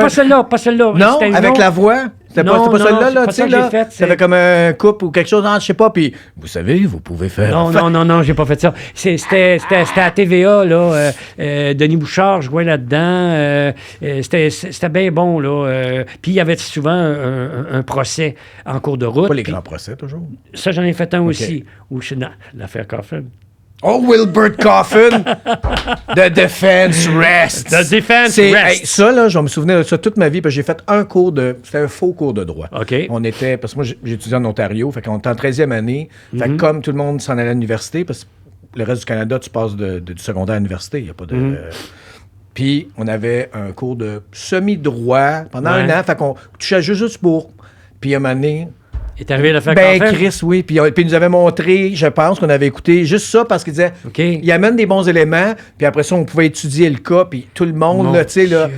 Ben, je me souviens de ça, de, tu sais, t'étudies, puis là, t'as les causes, puis là, on lit, Chris. Là, Ouais. t'as quand même François t'as Debé des Gravel notes, qui avait tu sais, dit là, ça. puis t'as des notes, tu sais, puis ça, puis le Ouais. vrai procès, puis les vrais écrits, puis les Ouais. vraies affaires. Ben, on se souvient, moi, je me souviens juste de Defense votre note de rest. defense rest, on était dans la classe. Non! Ben non, c'était une erreur majeure. On était là, non! Non, c'était une erreur majeure. Parce que, en disant the defense rest, faut Hey, vas-y, expliquer, oui, là, oui, oui. c'est-à-dire que C'est bon. quand on dit the defense rest, on dit en français, là, mais je ne sais pas c'est quoi, ce serait non-lieu, je pense. La C'est défense s'endort. J'adore.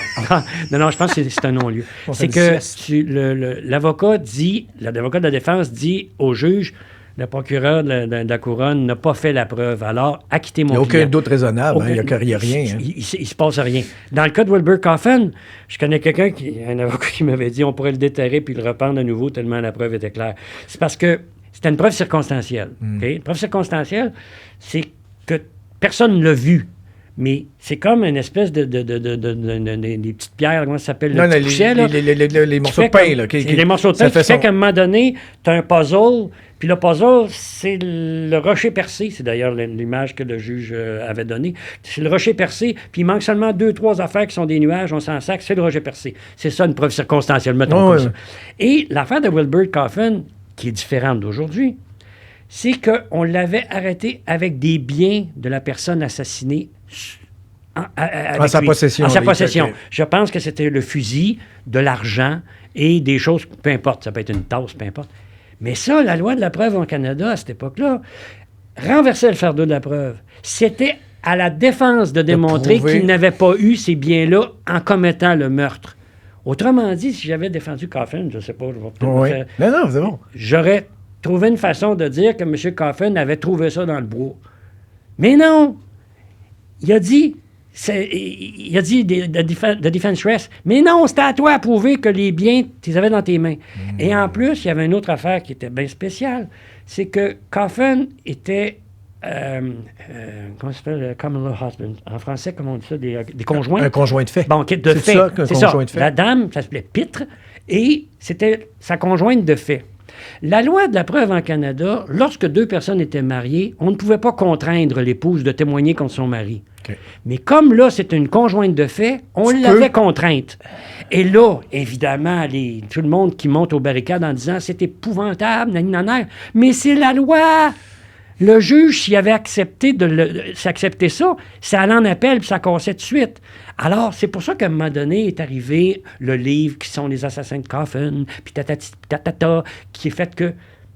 Mais, il y a quand même eu une bonne chose.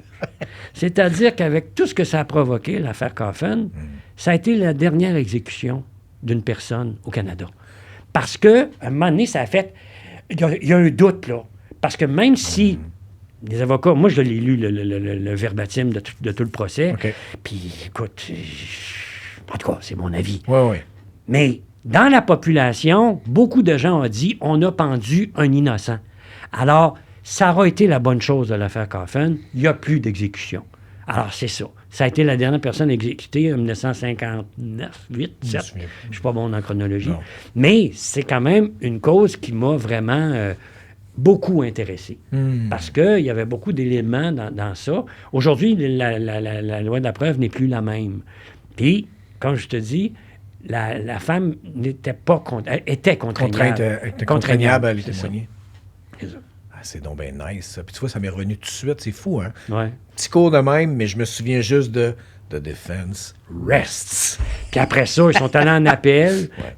et à la Cour suprême. Ouais. Puis moi, je pense qu'à quelque part, je sais pas si aujourd'hui, là, je suis mêlé, ça fait 45 ans, là, mais je pense qu'il y aurait eu un nouveau procès à un moment donné, parce qu'il y aurait eu un doute assez sévère que je pense qu'à la cour d'appel, ça aurait fait, j'en sais trop rien, là, mais tu sais, avec les chartes... Mais il y aurait eu matière à réouvrir. Ben, moi, je pense qu'il y aurait eu matière à réouvrir OK. le procès parce que il était mal défendu. Ben non, mais calvaire, c'est le gars, c'est le goaler qui dit à quoi? Il shoot dans le net. Ouais. Hey, il est pas bon, le but! Ben oui, innocent, il fallait que tu goals, tu sais. Mais il a pas gaulé. Mais là, j'ai fait, peut-être que les descendants de cet avocat-là doivent maillir me tuer parce que bon. Mais. Puis il y a eu d'autres affaires aussi, de la preuve égarée. Puis j'ai rencontré un policier qui était en Gaspésie. Ouais. Qui était dans la cause et qui était avec Coffin. Il cherchait, parce qu'il cherchait les trois Américains. Ouais. Il les cherchait. Puis il disait que quand on arrivait dans le coin où il était, il nous amenait ailleurs tout de suite. C'est-tu vrai, c'est-tu pas vrai, je sais pas. Mais comment t'as rencontré ce monsieur-là? Il était un policier vers la fin de sa carrière quand moi, je commençais la mienne. Alors, il était peut-être jeune quand il était... Ouais. Oui, j'en ai croisé des gens... c'est quelque chose, là. Miquelon, qui était le personnage que je faisais, c'était l'assistant du procureur de la Couronne, qui était Noël Dorion. OK. Et Paul Miquelon était son associé. Son co-procureur, parce que c'était une grosse cause. Puis évidemment, tout le monde disait « Ah, Duplessis veut un coupable, puis Duplessis, parce que c'était des Américains, etc., etc. Ouais. » Mais qu'est-ce que tu veux? Ces gens-là ont été traumatisés. Hein? Monsieur Miquelon, là, je l'ai rencontré une fois ou deux, et il parlait de l'affaire Coffin. Ah oui? Oui, ça l'avait traumatisé. Bien, écoute, la population disait qu'on avait assassiné Coffin, puis Noël Dorion, puis lui, c'était les deux meilleurs procureurs de la Couronne. Fait qu'est-ce que tu veux? Les autres, ils ont fait leur travail. Ben, ils ont choisi eux autres, tu sais bien. Puis, voyons, j'essaie de me souvenir du nom du juge que j'avais rencontré au funérailles parce qu'il connaissait mon beau-père. Puis, à un moment donné, il m'avait demandé « Qui êtes-vous par rapport à ma femme? » tu sais. Puis là, j'avais dit « Ben, on n'était pas mariés. » Ben, j'ai dit « C'est ma common law wife. » tu sais.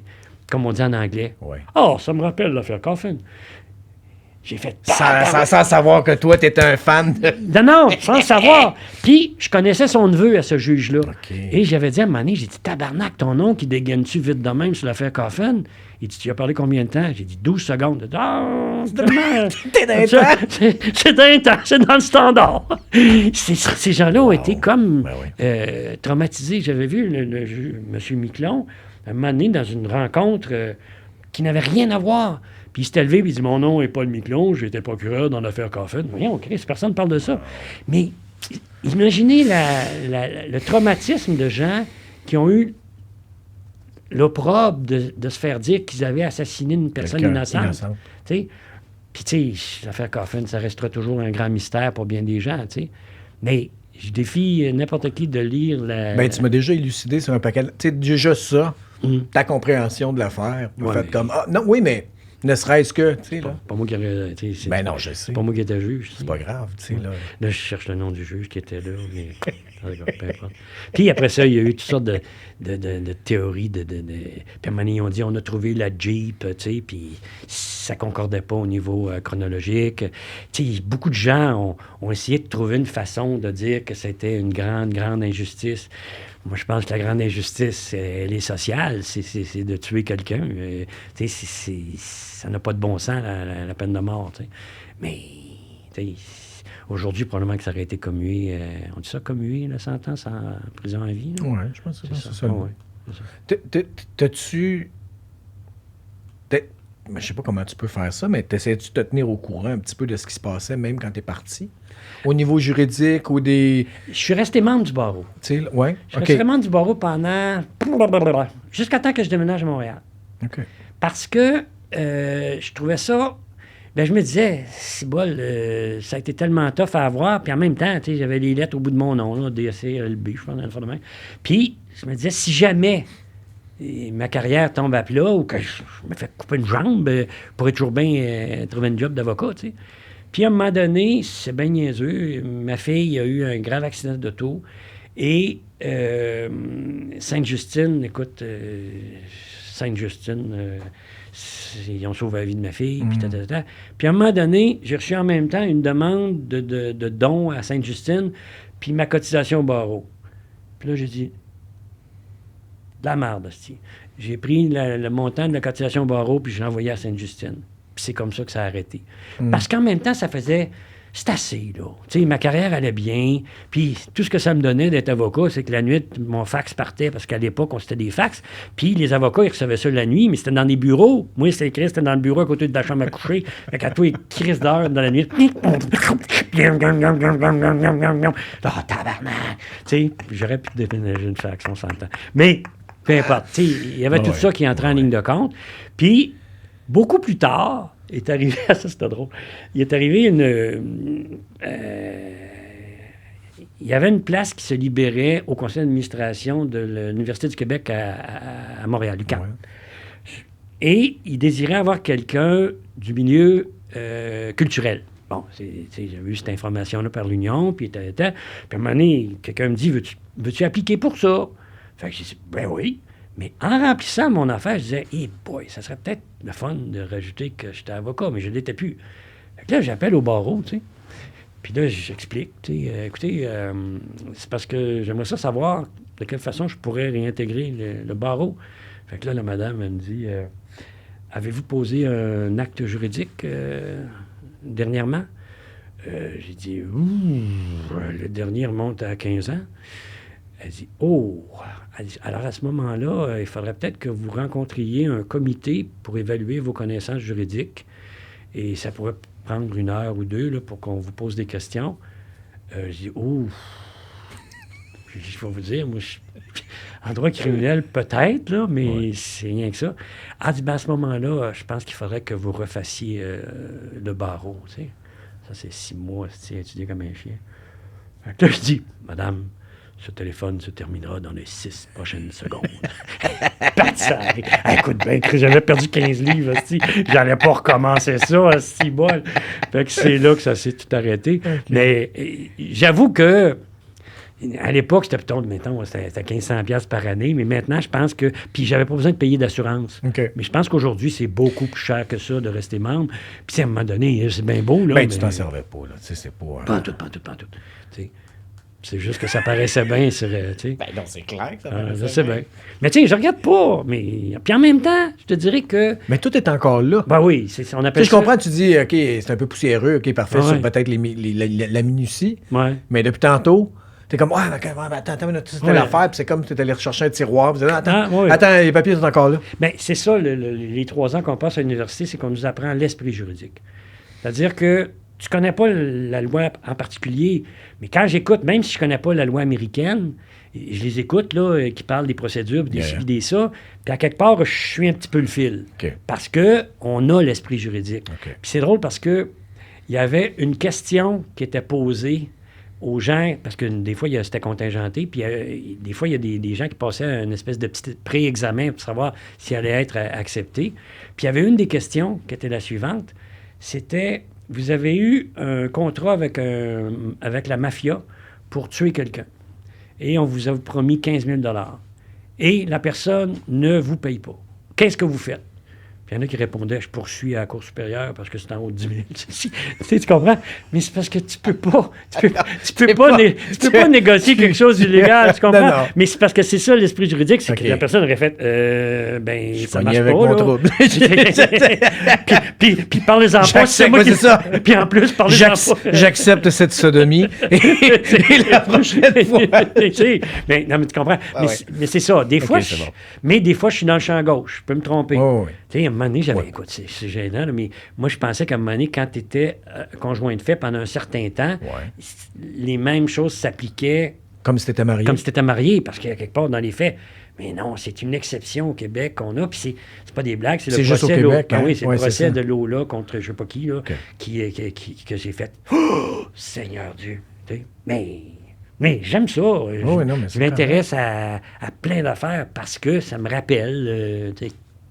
Mais c'est une affaire qu'on a en commun aussi on est curieux sur un paquet d'affaires. Tu sais? Puis il y a plein d'affaires qui vont nous intéresser, puis c'est comme, j'en sais un petit peu plus, puis d'aimer au moins comprendre.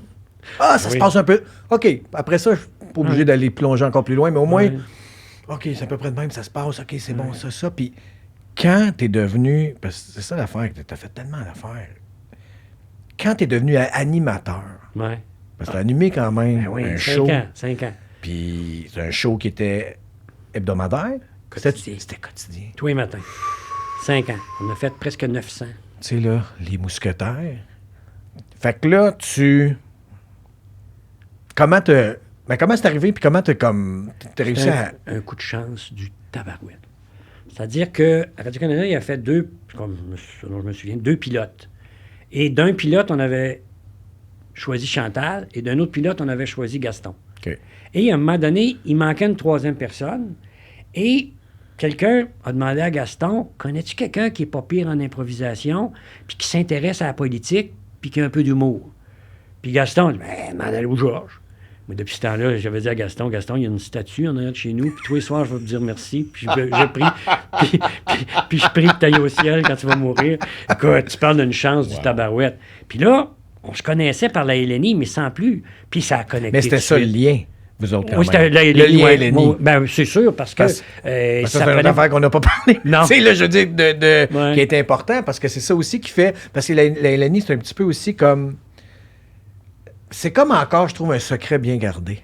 Si tu y vas, puis t'assistes, OK, t'es au courant, Louis-Georges est là, c'est Chantal, puis Gaston. Ouais. Mais sinon, tu sais que ça existe, mais je pense que tu sais pas le degré d'excellence ou de... De stress que ça te prenait. Si bon. T'étais dessus. Écoute, Ponton, était encore l'arbitre quand t'étais là? Chris, oui, écoute, il me crissait dehors une game sur 2, aussi.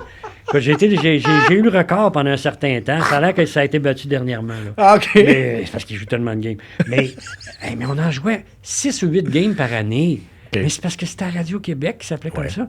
Il y avait 1 million de personnes qui écoutaient ça. Vous autres, dans le temps, oui. Ben oui. Puis quand tu pognais une étoile ou quand tu jouais une bonne game, le téléphone sonnait le lendemain. T'es-tu sérieux? Ah, en tout cas, moi, là. Non, oui. Qu'est-ce que tu veux? C'était tellement vendeur que tu veux. Des fois, quand tu faisais une bonne impôt, tu disais, qu'est-ce qui est bon? Puis là, tu pognais une bebelle. Je te dis pas que tu pognais tout. Non, mais il y avait comme... Puis ensuite, c'était comme un exercice hallucinant, là. Écoute, faire une improvisation avec Patrice Lécuyer, puis Robert Gravel, puis Claude Laroche en même temps, là, m'a dire... Mais toi, étais-tu là du début? Quelles années t'étais là? Non, je suis allé... Moi, je suis arrivé à l'époque de Michel Rivard, à peu près, un petit peu après. Okay. Puis j'ai fait ça 12 ans, à peu près. C'était quoi, des années 80? À peu près, oui. 80... Ma fille venait de naître, fait que ça fait 38 ans. OK. Ouais. OK. Parce que le coach, il me dit ça. Il dit, t'entends-tu d'être dans LNI? Yves Simoneau. Puis je l'aimais, Yves. Fait que là, j'ai dit, écoute, Yves, je viens de tourner dans un film qui s'appelait Hold Up avec Belmondo, puis j'étais à Montréal. J'étais là 12 jours de façon différente. Mais ma fille venait de naître, puis ma blonde, elle disait, Calvaz, aide-moi, là, tu sais. Puis là, j'avais dit, OK, je finis le film, puis après ça, on prend un break, puis je vais être là, tu sais. Mais là, Yves Simoneau me dit ça, tu sais. Mais je dis, Yves, je suis obligé de te dire non, parce que faut que je reste pour ma blonde, ça. Puis là, il me dit, est-ce que tu sais que ça donne 1800$ par soir?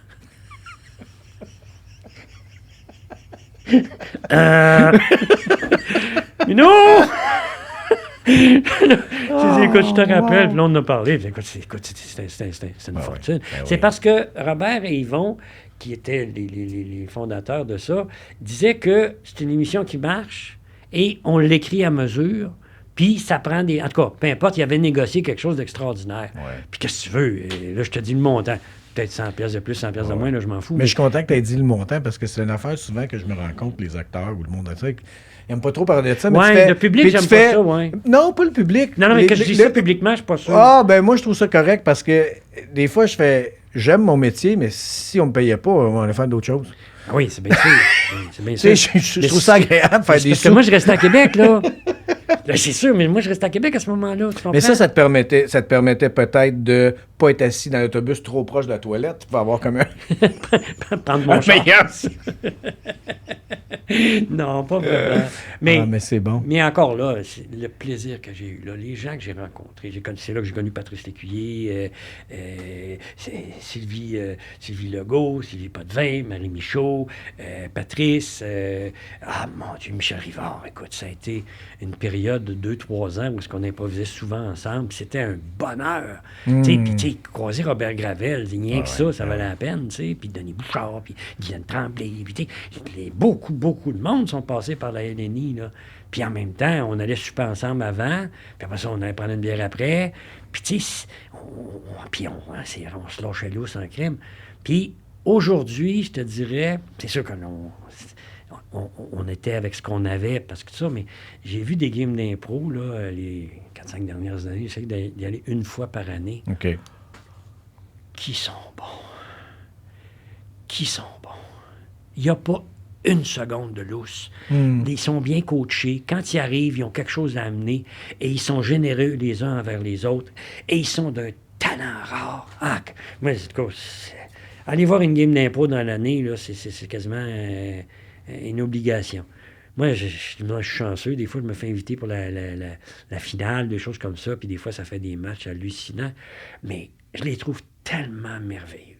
Ah non, c'est extraordinaire. Puis à la différence de nous autres, tu sais, moi, j'ai été au temple de la renommée de la LNI après une carrière fulgurante de 91 games, tu sais. Eux autres, ils arrivent, Chris, ils en ont déjà 600 dans le péteux, tu sais. Ils ont joué dans une ligue université, au cégep, au secondaire. Oui, mais chaque époque a son affaire. Ben, je sais bien, mais oui, c'est correct. Ben oui, c'est sûr, tu sais, Aurel Joliette, il devait pas... C'est ça, j'allais dire, Joe Malone était bon pareil, Chris. On peut pas. Je comprends, mais son snapshot ne devait pas être aussi fort que... En tout cas, peu importe. Non, mais tu sais... Non, mais en tout cas, mais je suis admiratif. Je comprends. Je suis admiratif devant ces acteurs-actrices-là qui sont bons. Puis, ce qui m'avait frappé, c'est que la compétition, elle existe. Il veut pas. Mais à un moment donné, j'ai vu une finale où est-ce que c'était clair que c'était la Coupe Charade qui se décidait dans cette improvisation-là. Puis à un moment donné, il restait 2-3 minutes et tu le sentais, c'était gros comme un piano qu'il y en a un qui tirait le troc. Là. C'était lui qui l'avait, la patente. Puis l'autre à côté, elle avait 3 minutes pour revirer ça de bord. Ben non.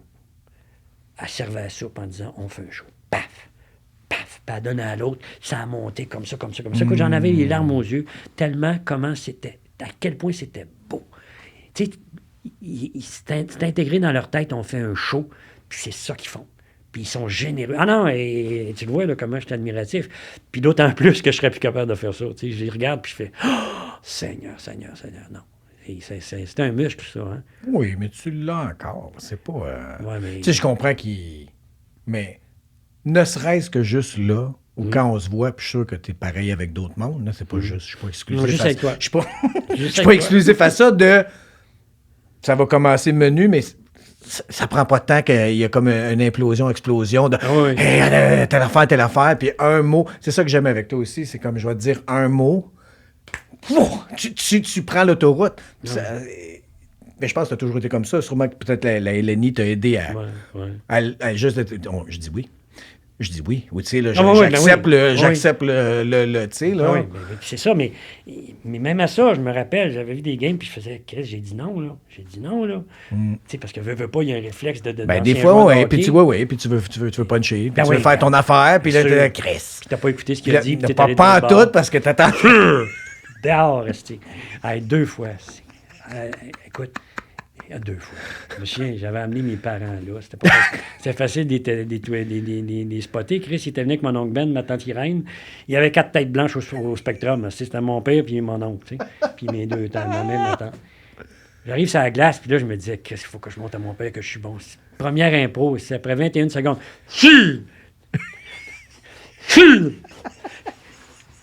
Expulsé, qu'on laisse. Après, écoute, Denis Bouchard, il broyait tellement qu'il riait, en se disant, Chris, il voulait trop, tu sais.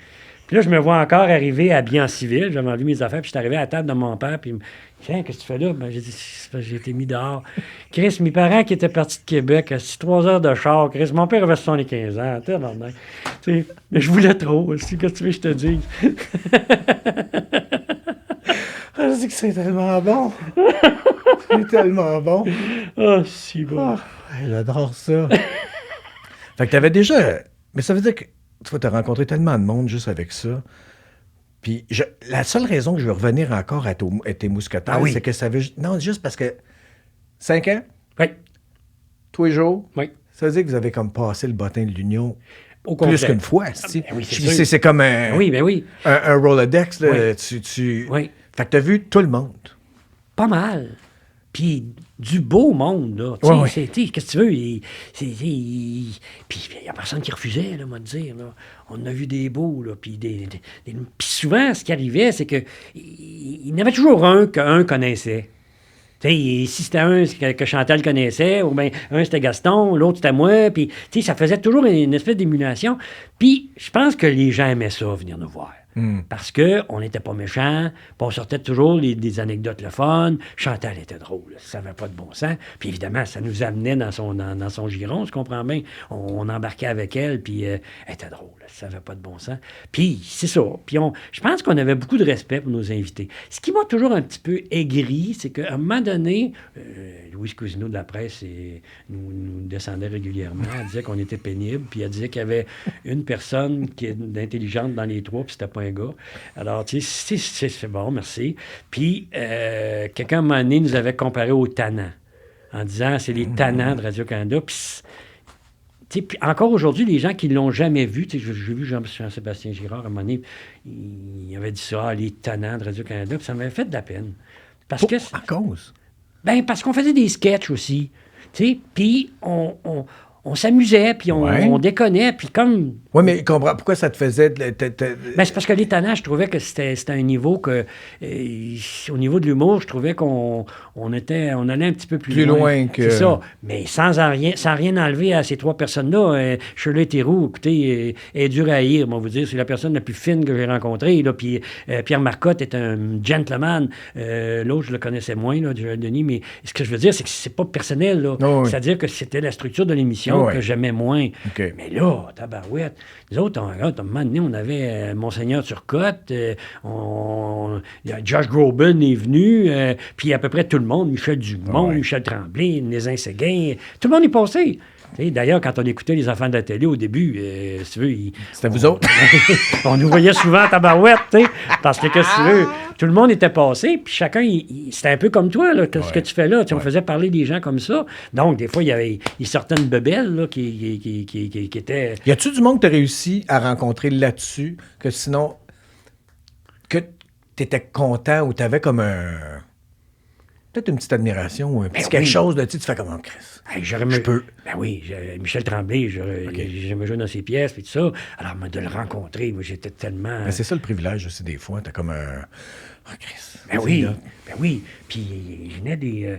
Là, c'est parce que j'ai de la misère avec les noms. Là, dès que je me réveille et que je m'aperçois, c'est qui, lui?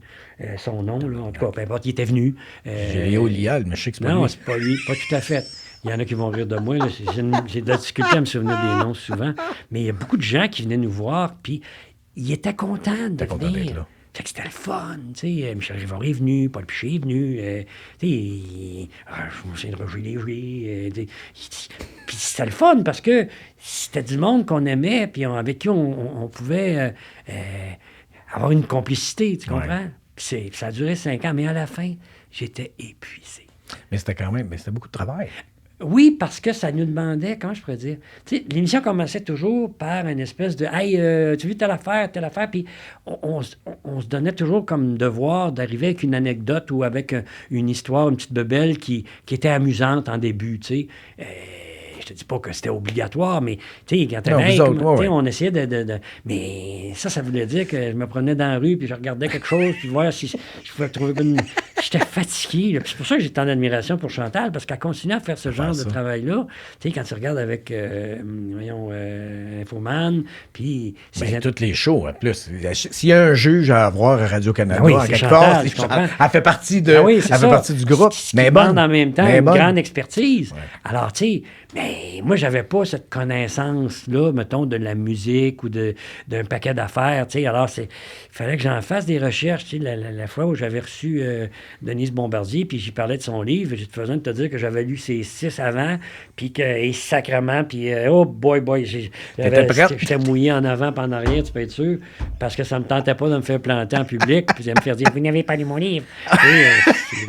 Non, je les avais lus en tabarnak, tu sais, puis en même temps, c'est des beaux exercices, tu sais. C'est quand même des rencontres de calibre, là, de passer, parce que c'était 1 heure. Ils arrivaient, puis on passait 1 heure avec ces gens-là, tu sais. Puis des fois, on jasait avec eux autres pendant les annonces, ou bien, tu sais, puis, oh mon Dieu, ça, c'est drôle. Il était venu à un moment donné, Mina Mulroney. La femme de Brian. Puis je savais que c'était des amis de Ronald Reagan, puis de Nancy Reagan, tout ça. Puis, mais à un moment donné, tu comprends que moi, Mme Mulroney, à part le respect que j'ai pour la grande dame que c'est, puis son mari, même si j'aurais jamais voté pour lui, ça a quand même été un grand premier ministre, je veux dire, la TPS, l'apartheid, à quel point il a travaillé là-dessus, c'est quand même un homme respectable. Fait que, tu sais, madame est là, mais à un moment donné, tu sais pas quoi y dire, tu sais, pas pour y parler de lutte, Cliff, tu sais, bon... Comme on peut-être été surpris. Peut-être été surpris. Puis à un moment donné, pendant une annonce, je savais plus quoi dire. Puis, il fallait être gentil quand même. Ces gens-là se déplaçaient pour venir avec nous autres, puis ils étaient fines comme toutes. Puis à un moment donné, je me suis dit, moi, il parlait de Ronald Reagan, qu'est-ce que tu veux? C'est des amis. Puis je savais que M. Reagan venait de rentrer à l'hôpital, puis... À un moment donné, je disais, oui, comme vous connaissez bien M. Reagan, oui, dernièrement, oui, comment prend ça, Mme Reagan, qui soit rentrée à l'hôpital? À un moment donné, j'ai 2 larmes qui me sont coulées. Je me suis dit, Christ, tu es en train de jaser du président des États-Unis comme si c'était notre voisin. Puis, tu sais, je me disais, mais où c'est que je suis pour l'amour? Mais non, j'étais là. Puis c'est une expérience dont je vais me souvenir longtemps. Je parlais avec la femme du premier ministre, puis... Peut-être si tu avais parlé de Larry Moquin. Ou tu... Ça, c'est carré. Quoi? Larry Moquin! Sacre-mouille! Là, tu recules, là. Les gars avec les costumes de baie jusqu'au nombril, qui montaient jusque-là. Mais c'est ça la beauté avec toi, vois-tu? Tu lances un nom, puis tu fais comme toutes tes attrapes, puis tu fais « Ah, t'as minute! » Ah oui, écoute, tabarouette. Mais on est allés à la lutte ensemble. Oui, c'est vrai. Maudit qu'on avait ri. Parce qu'on a la même... comment je pourrais dire? Moi, j'ai une admiration pour ces gens-là, parce que c'est des acrobates, c'est des athlètes.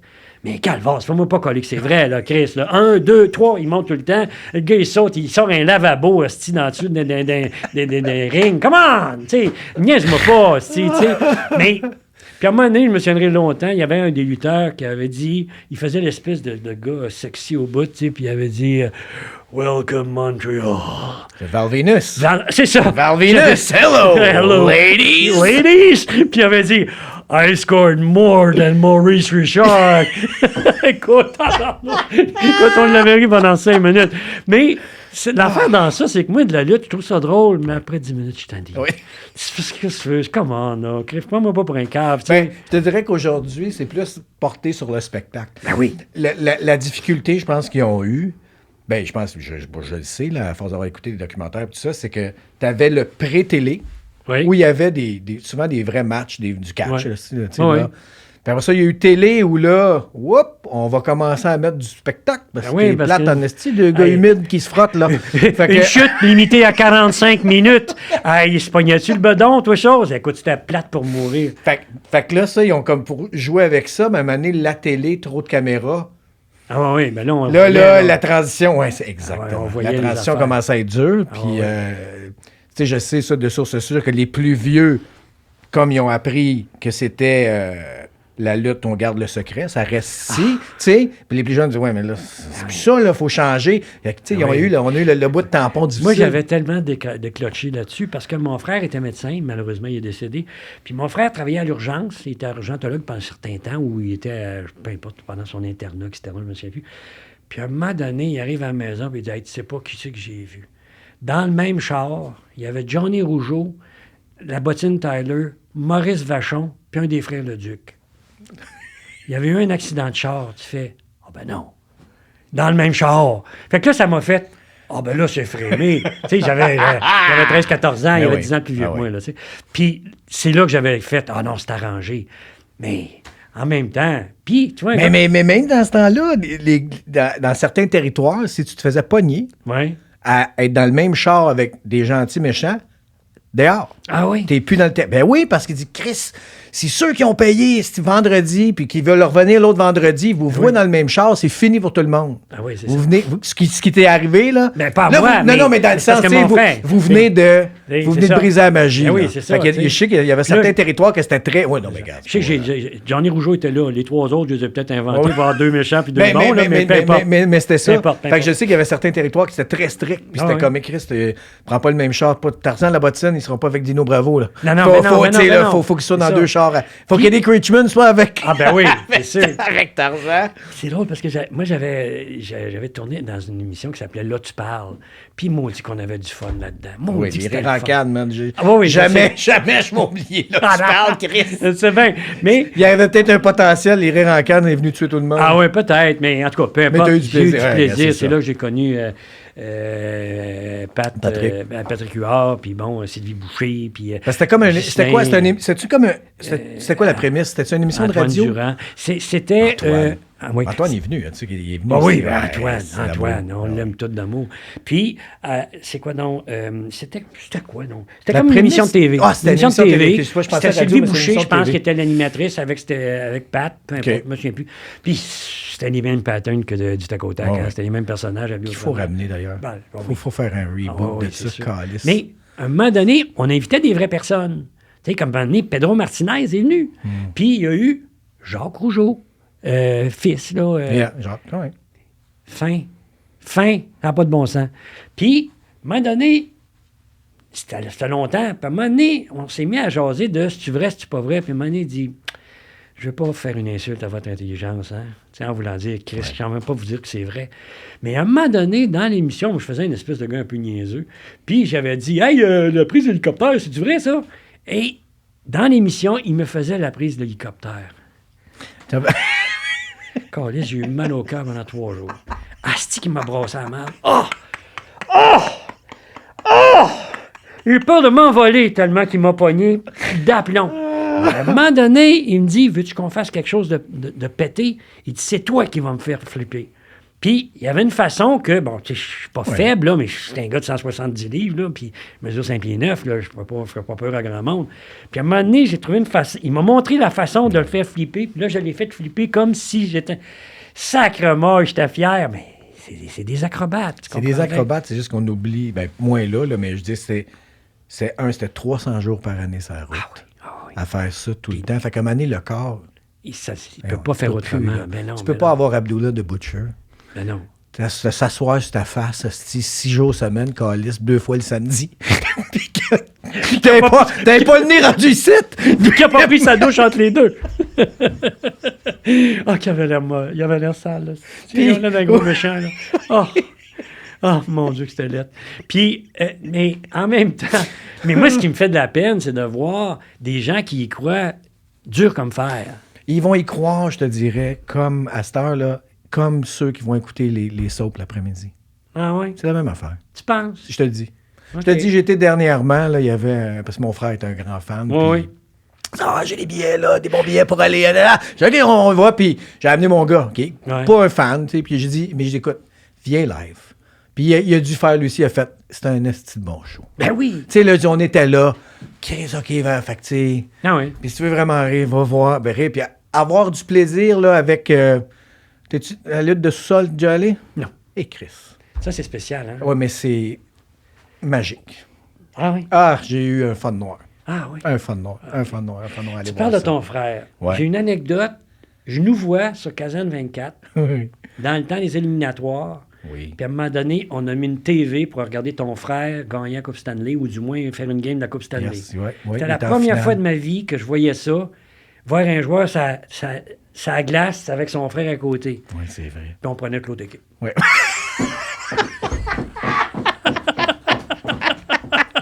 Ah non, écoute, Hey, j'étais c'est tellement vrai, fier. Je c'est me disais, vrai. tabarnouche, c'est la première fois que je vis ça. Écoute, Non, c'était le fun, puis je pouvais jamais y aller. mais j'imagine. Non, mais c'était souvent ça. Puis je pense que j'ai eu une opportunité d'y aller, puis à un moment donné, ça n'a pas marché. Fait que j'ai jamais pu le voir gagner live. Fait que c'était comme ça. Soit on tournait, puis là, on était chanceux, puis c'est OK, on peut regarder un peu. Ça a dû être Bourbonnais qui réalisait ces épisodes-là. C'est possible. Parce que je pense pas que c'est... Non, il était pas. Parlons donc, ben, gars, on va être obligé d'arrêter. Ça fait déjà 1h30, Pitts. Je te le dis. Ça commence. Je te le dis. Mais, ben attends, on va attendre qu'ils viennent cogner puis qu'ils nous crisent OK. qu'est-ce que j'ai... Ah, Christ, Bourbonnais. j'ai perdu. Ouais, mais où c'est que je voulais aller avec ça? Ben, c'est pas grave, j'ai complètement oublié. Ça, c'était le fun, Bourbonnais. Ben, le plaisir de travailler avec lui, là, puis vous autres, parce que c'était vraiment une belle gang, caserne quand même, puis ça me surprend tout le temps, mais je suis pas surpris, mais ça me réconforte des fois sur l'humanité, ça, ces moments-là de... Tu sais, j'arrive, moi, j'étais tout jeune, je sors de l'école, ça faisait 1 an, OK, j'ai fait une série, puis là, c'était ma 2e série, tu sais. Accueilli tout de suite, on a une différence d'âge, pas grave. Tu sais, là, puis c'est le fun, ça, parce que j'ai déjà fait des job-ins dans des usines, des affaires, puis tu le sais quand t'es nouveau. C'est correct, tu sais, j'ai rien contre, puis ils font, OK, fais tes preuves, puis ils viennent nous parler.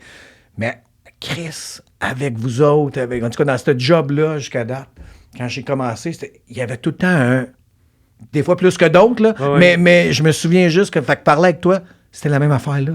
Mais j'avais 23 ans, là, tu sais, puis je commence, mais c'était comme, viens, on va rire, puis on va avoir du fun. Mais le pire, c'est que je me souvenais pas que t'étais jeune. Ouais. T'étais déjà vieux. J'avais déjà mon ton aigri. Ah non, t'avais l'air, oh mon Dieu, que je vais dire, oh, quelle mauvaise âme. Mais c'est ça qui était le fun. Oui. Pour vrai, tu sais, là. Je pense qu'à quelque part, on se laissait embarquer aussi dans le trip des pompiers. Oui, ça, c'est clair. Il y avait comme un trip d'équipe. Ouais. Puis, mais, là, je ne révélerai pas un grand secret. Les shows qui marchent bien, c'est les shows où le monde s'entend bien. Oui, c'est clair. Puis, et c'est drôle parce que, évidemment, à l'âge que j'ai, je travaille moins. C'est normal. Tu sais, je veux dire, des rôles de gars de mon âge, tu sais, c'est des grands-pères qui viennent dire au petit-fils, fais pas ça, là. Mais il reste que c'est de ça que je m'ennuie, cette espèce de camaraderie, de plaisir à rire. Puis d'ailleurs, on travaille ensemble parce que je te dirige en doublage où tu es très mauvais. Puis c'est ça que j'aime, c'est que je revois vous êtes une quinzaine à peu près dans la série. Puis chaque fois que quelqu'un arrive, il y a toujours été Antoine Durand qui arrive, puis là, 3 ou 4 anecdotes innocentes, 3 ou 4 affaires. Puis ce genre de discussion-là, ça fait 3 ou 4 fois que j'ai envie de dire, bon, là, il faut y aller. Là, parce que j'ai l'impression que... Ben, c'est ce qu'il faut tout le temps dire aux techniciens de ça, en disant, attends pas qu'on arrête de parler. On ne travaillera jamais. Faut que tu roules l'affaire. Il faut travailler, il faut le faire. Tu sais. C'est ça qui est le fun. C'est ça. Puis en même temps, je me trouve privilégié de diriger en doublage une série comique. Mais c'est Total Drama Island. C'est quoi ça? L'île des défis extrêmes. L'île des défis extrêmes. Mais ça dure depuis 13 ans. Exact. Tu fais depuis le début? Oui. Au début, je l'adaptais même. OK. Mais ça dure depuis 13 ans. C'est que l'émission, c'est une émission pour enfants. Là. Le public cible, ça aurait 12 ans. Mais c'est parce que c'est de l'humour d'adulte. Alors, c'est pour permettre aux parents d'écouter ça puis de s'amuser en même temps que les enfants. Alors, c'est évident que l'humour, il faut qu'on le travaille. Puis tu sais là, comment on porte attention à ça. Mais quand on fait de l'humour, inévitablement, on se fait rire, tu comprends bien. Puis Dieu sait qu'on en rit une galette en esti. Heureusement que les propriétaires du studio sont pas là parce que je l'aurais pu à job, moi, dire. Ouais, je pense on finit à l'heure, puis c'est agréable. Fait que ça, c'est quelque chose que, comme ça fait pas longtemps, moi, ça fait à peine 6-7 mois, je dirige, tu sais. Mais c'est comme une de mes règles dans mon top 4 de je veux que ça soit agréable. Ben oui.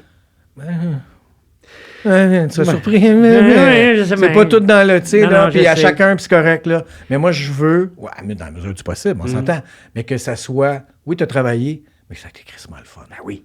Moi, c'est drôle, je commence jamais une boucle avant que l'acteur ait pas ri, ou l'actrice. Il faut toujours qu'il rie avant. J'ai fait toujours rire avant. On s'arrange pour que ça rie. Je me souviens pas avoir ri. Avec moi? Non. Non? Tabarnak. Écoute, il t'en manque des petits bouts, mon Louis. Il t'en manque des petits bouts. Non, mais c'est pas une règle d'or, là. C'est pas écrit qu'on commence pas tant que t'as pas ri. Mais c'est parce que... Ça met un mood, ça set un mood. C'est parce que le doublage, c'est quelque chose qui... C'est un peu stressant. Il y a une bande rythmo, faut pas que tu te trompes, il faut que tu suives.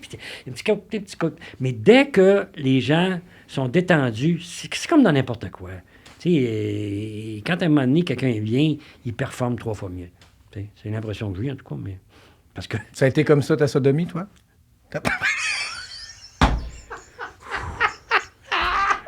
J'adore ça. Hey, moi, je vais finir pareil, puis sur cette anecdote-là, quand même, je vais la compter, si tu ne veux pas la compter, de la célèbre photo d'équipe de 4 la première année, parce que moi, j'ai juste fait 1 an. Fait que si tu ne veux pas embarquer, je comprends. Mais moi, ça va me faire plaisir, parce que j'en ai pas vécu d'autres photos d'équipe comme ça.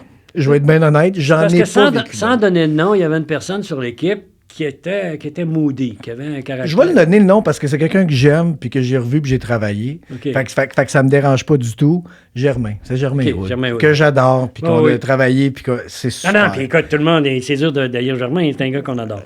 C'est juste que cette journée-là, je pense que Germain n'était pas de bonne humeur.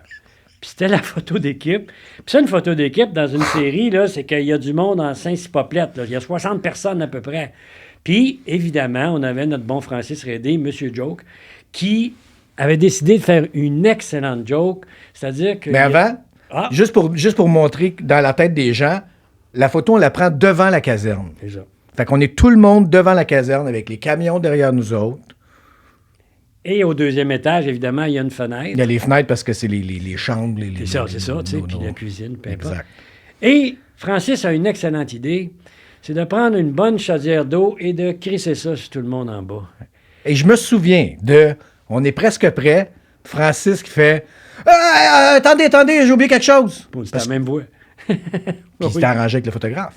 Ah oui! Ben oui! Ça, je ne savais pas. Ben oui, parce que sinon, il n'y aurait pas eu de photo. OK. Fait que là, mon Francis monte en haut avec une chaudière pleine d'eau. Il part à la fenêtre, il regarde pas. Il y a Chris en bas, 60 personnes. L'eau ne tombe que sur une personne, jamais. Plouche, si.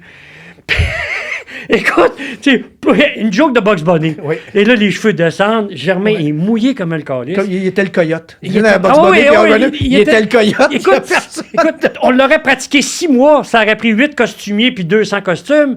On n'aurait jamais été capable de faire ça. Et là, Germain... Puis là, un peu plus tard, la photo se prend, puis tout. Puis à un moment donné... Mais je l'ai encore, la photo! Ah oui? Ben oui! Arrête, j'aurais dû l'amener. Ah, je suis sûr que je l'ai encore parce que tout le monde est là. Germain qui est là. Il est pas content. Puis là, il Hein? monte en haut. Puis je comprends qu'il soit encore lisse. Là, il monte en haut, puis à un moment donné, on rit encore. Puis tu sais, Germain, quand il était choqué, il était peurant un petit peu. Puis à un moment donné, il me regarde, puis je riais. Tu trouves ça drôle, toi? Fait que là, je me souviens encore d'avoir répondu... Pas beaucoup.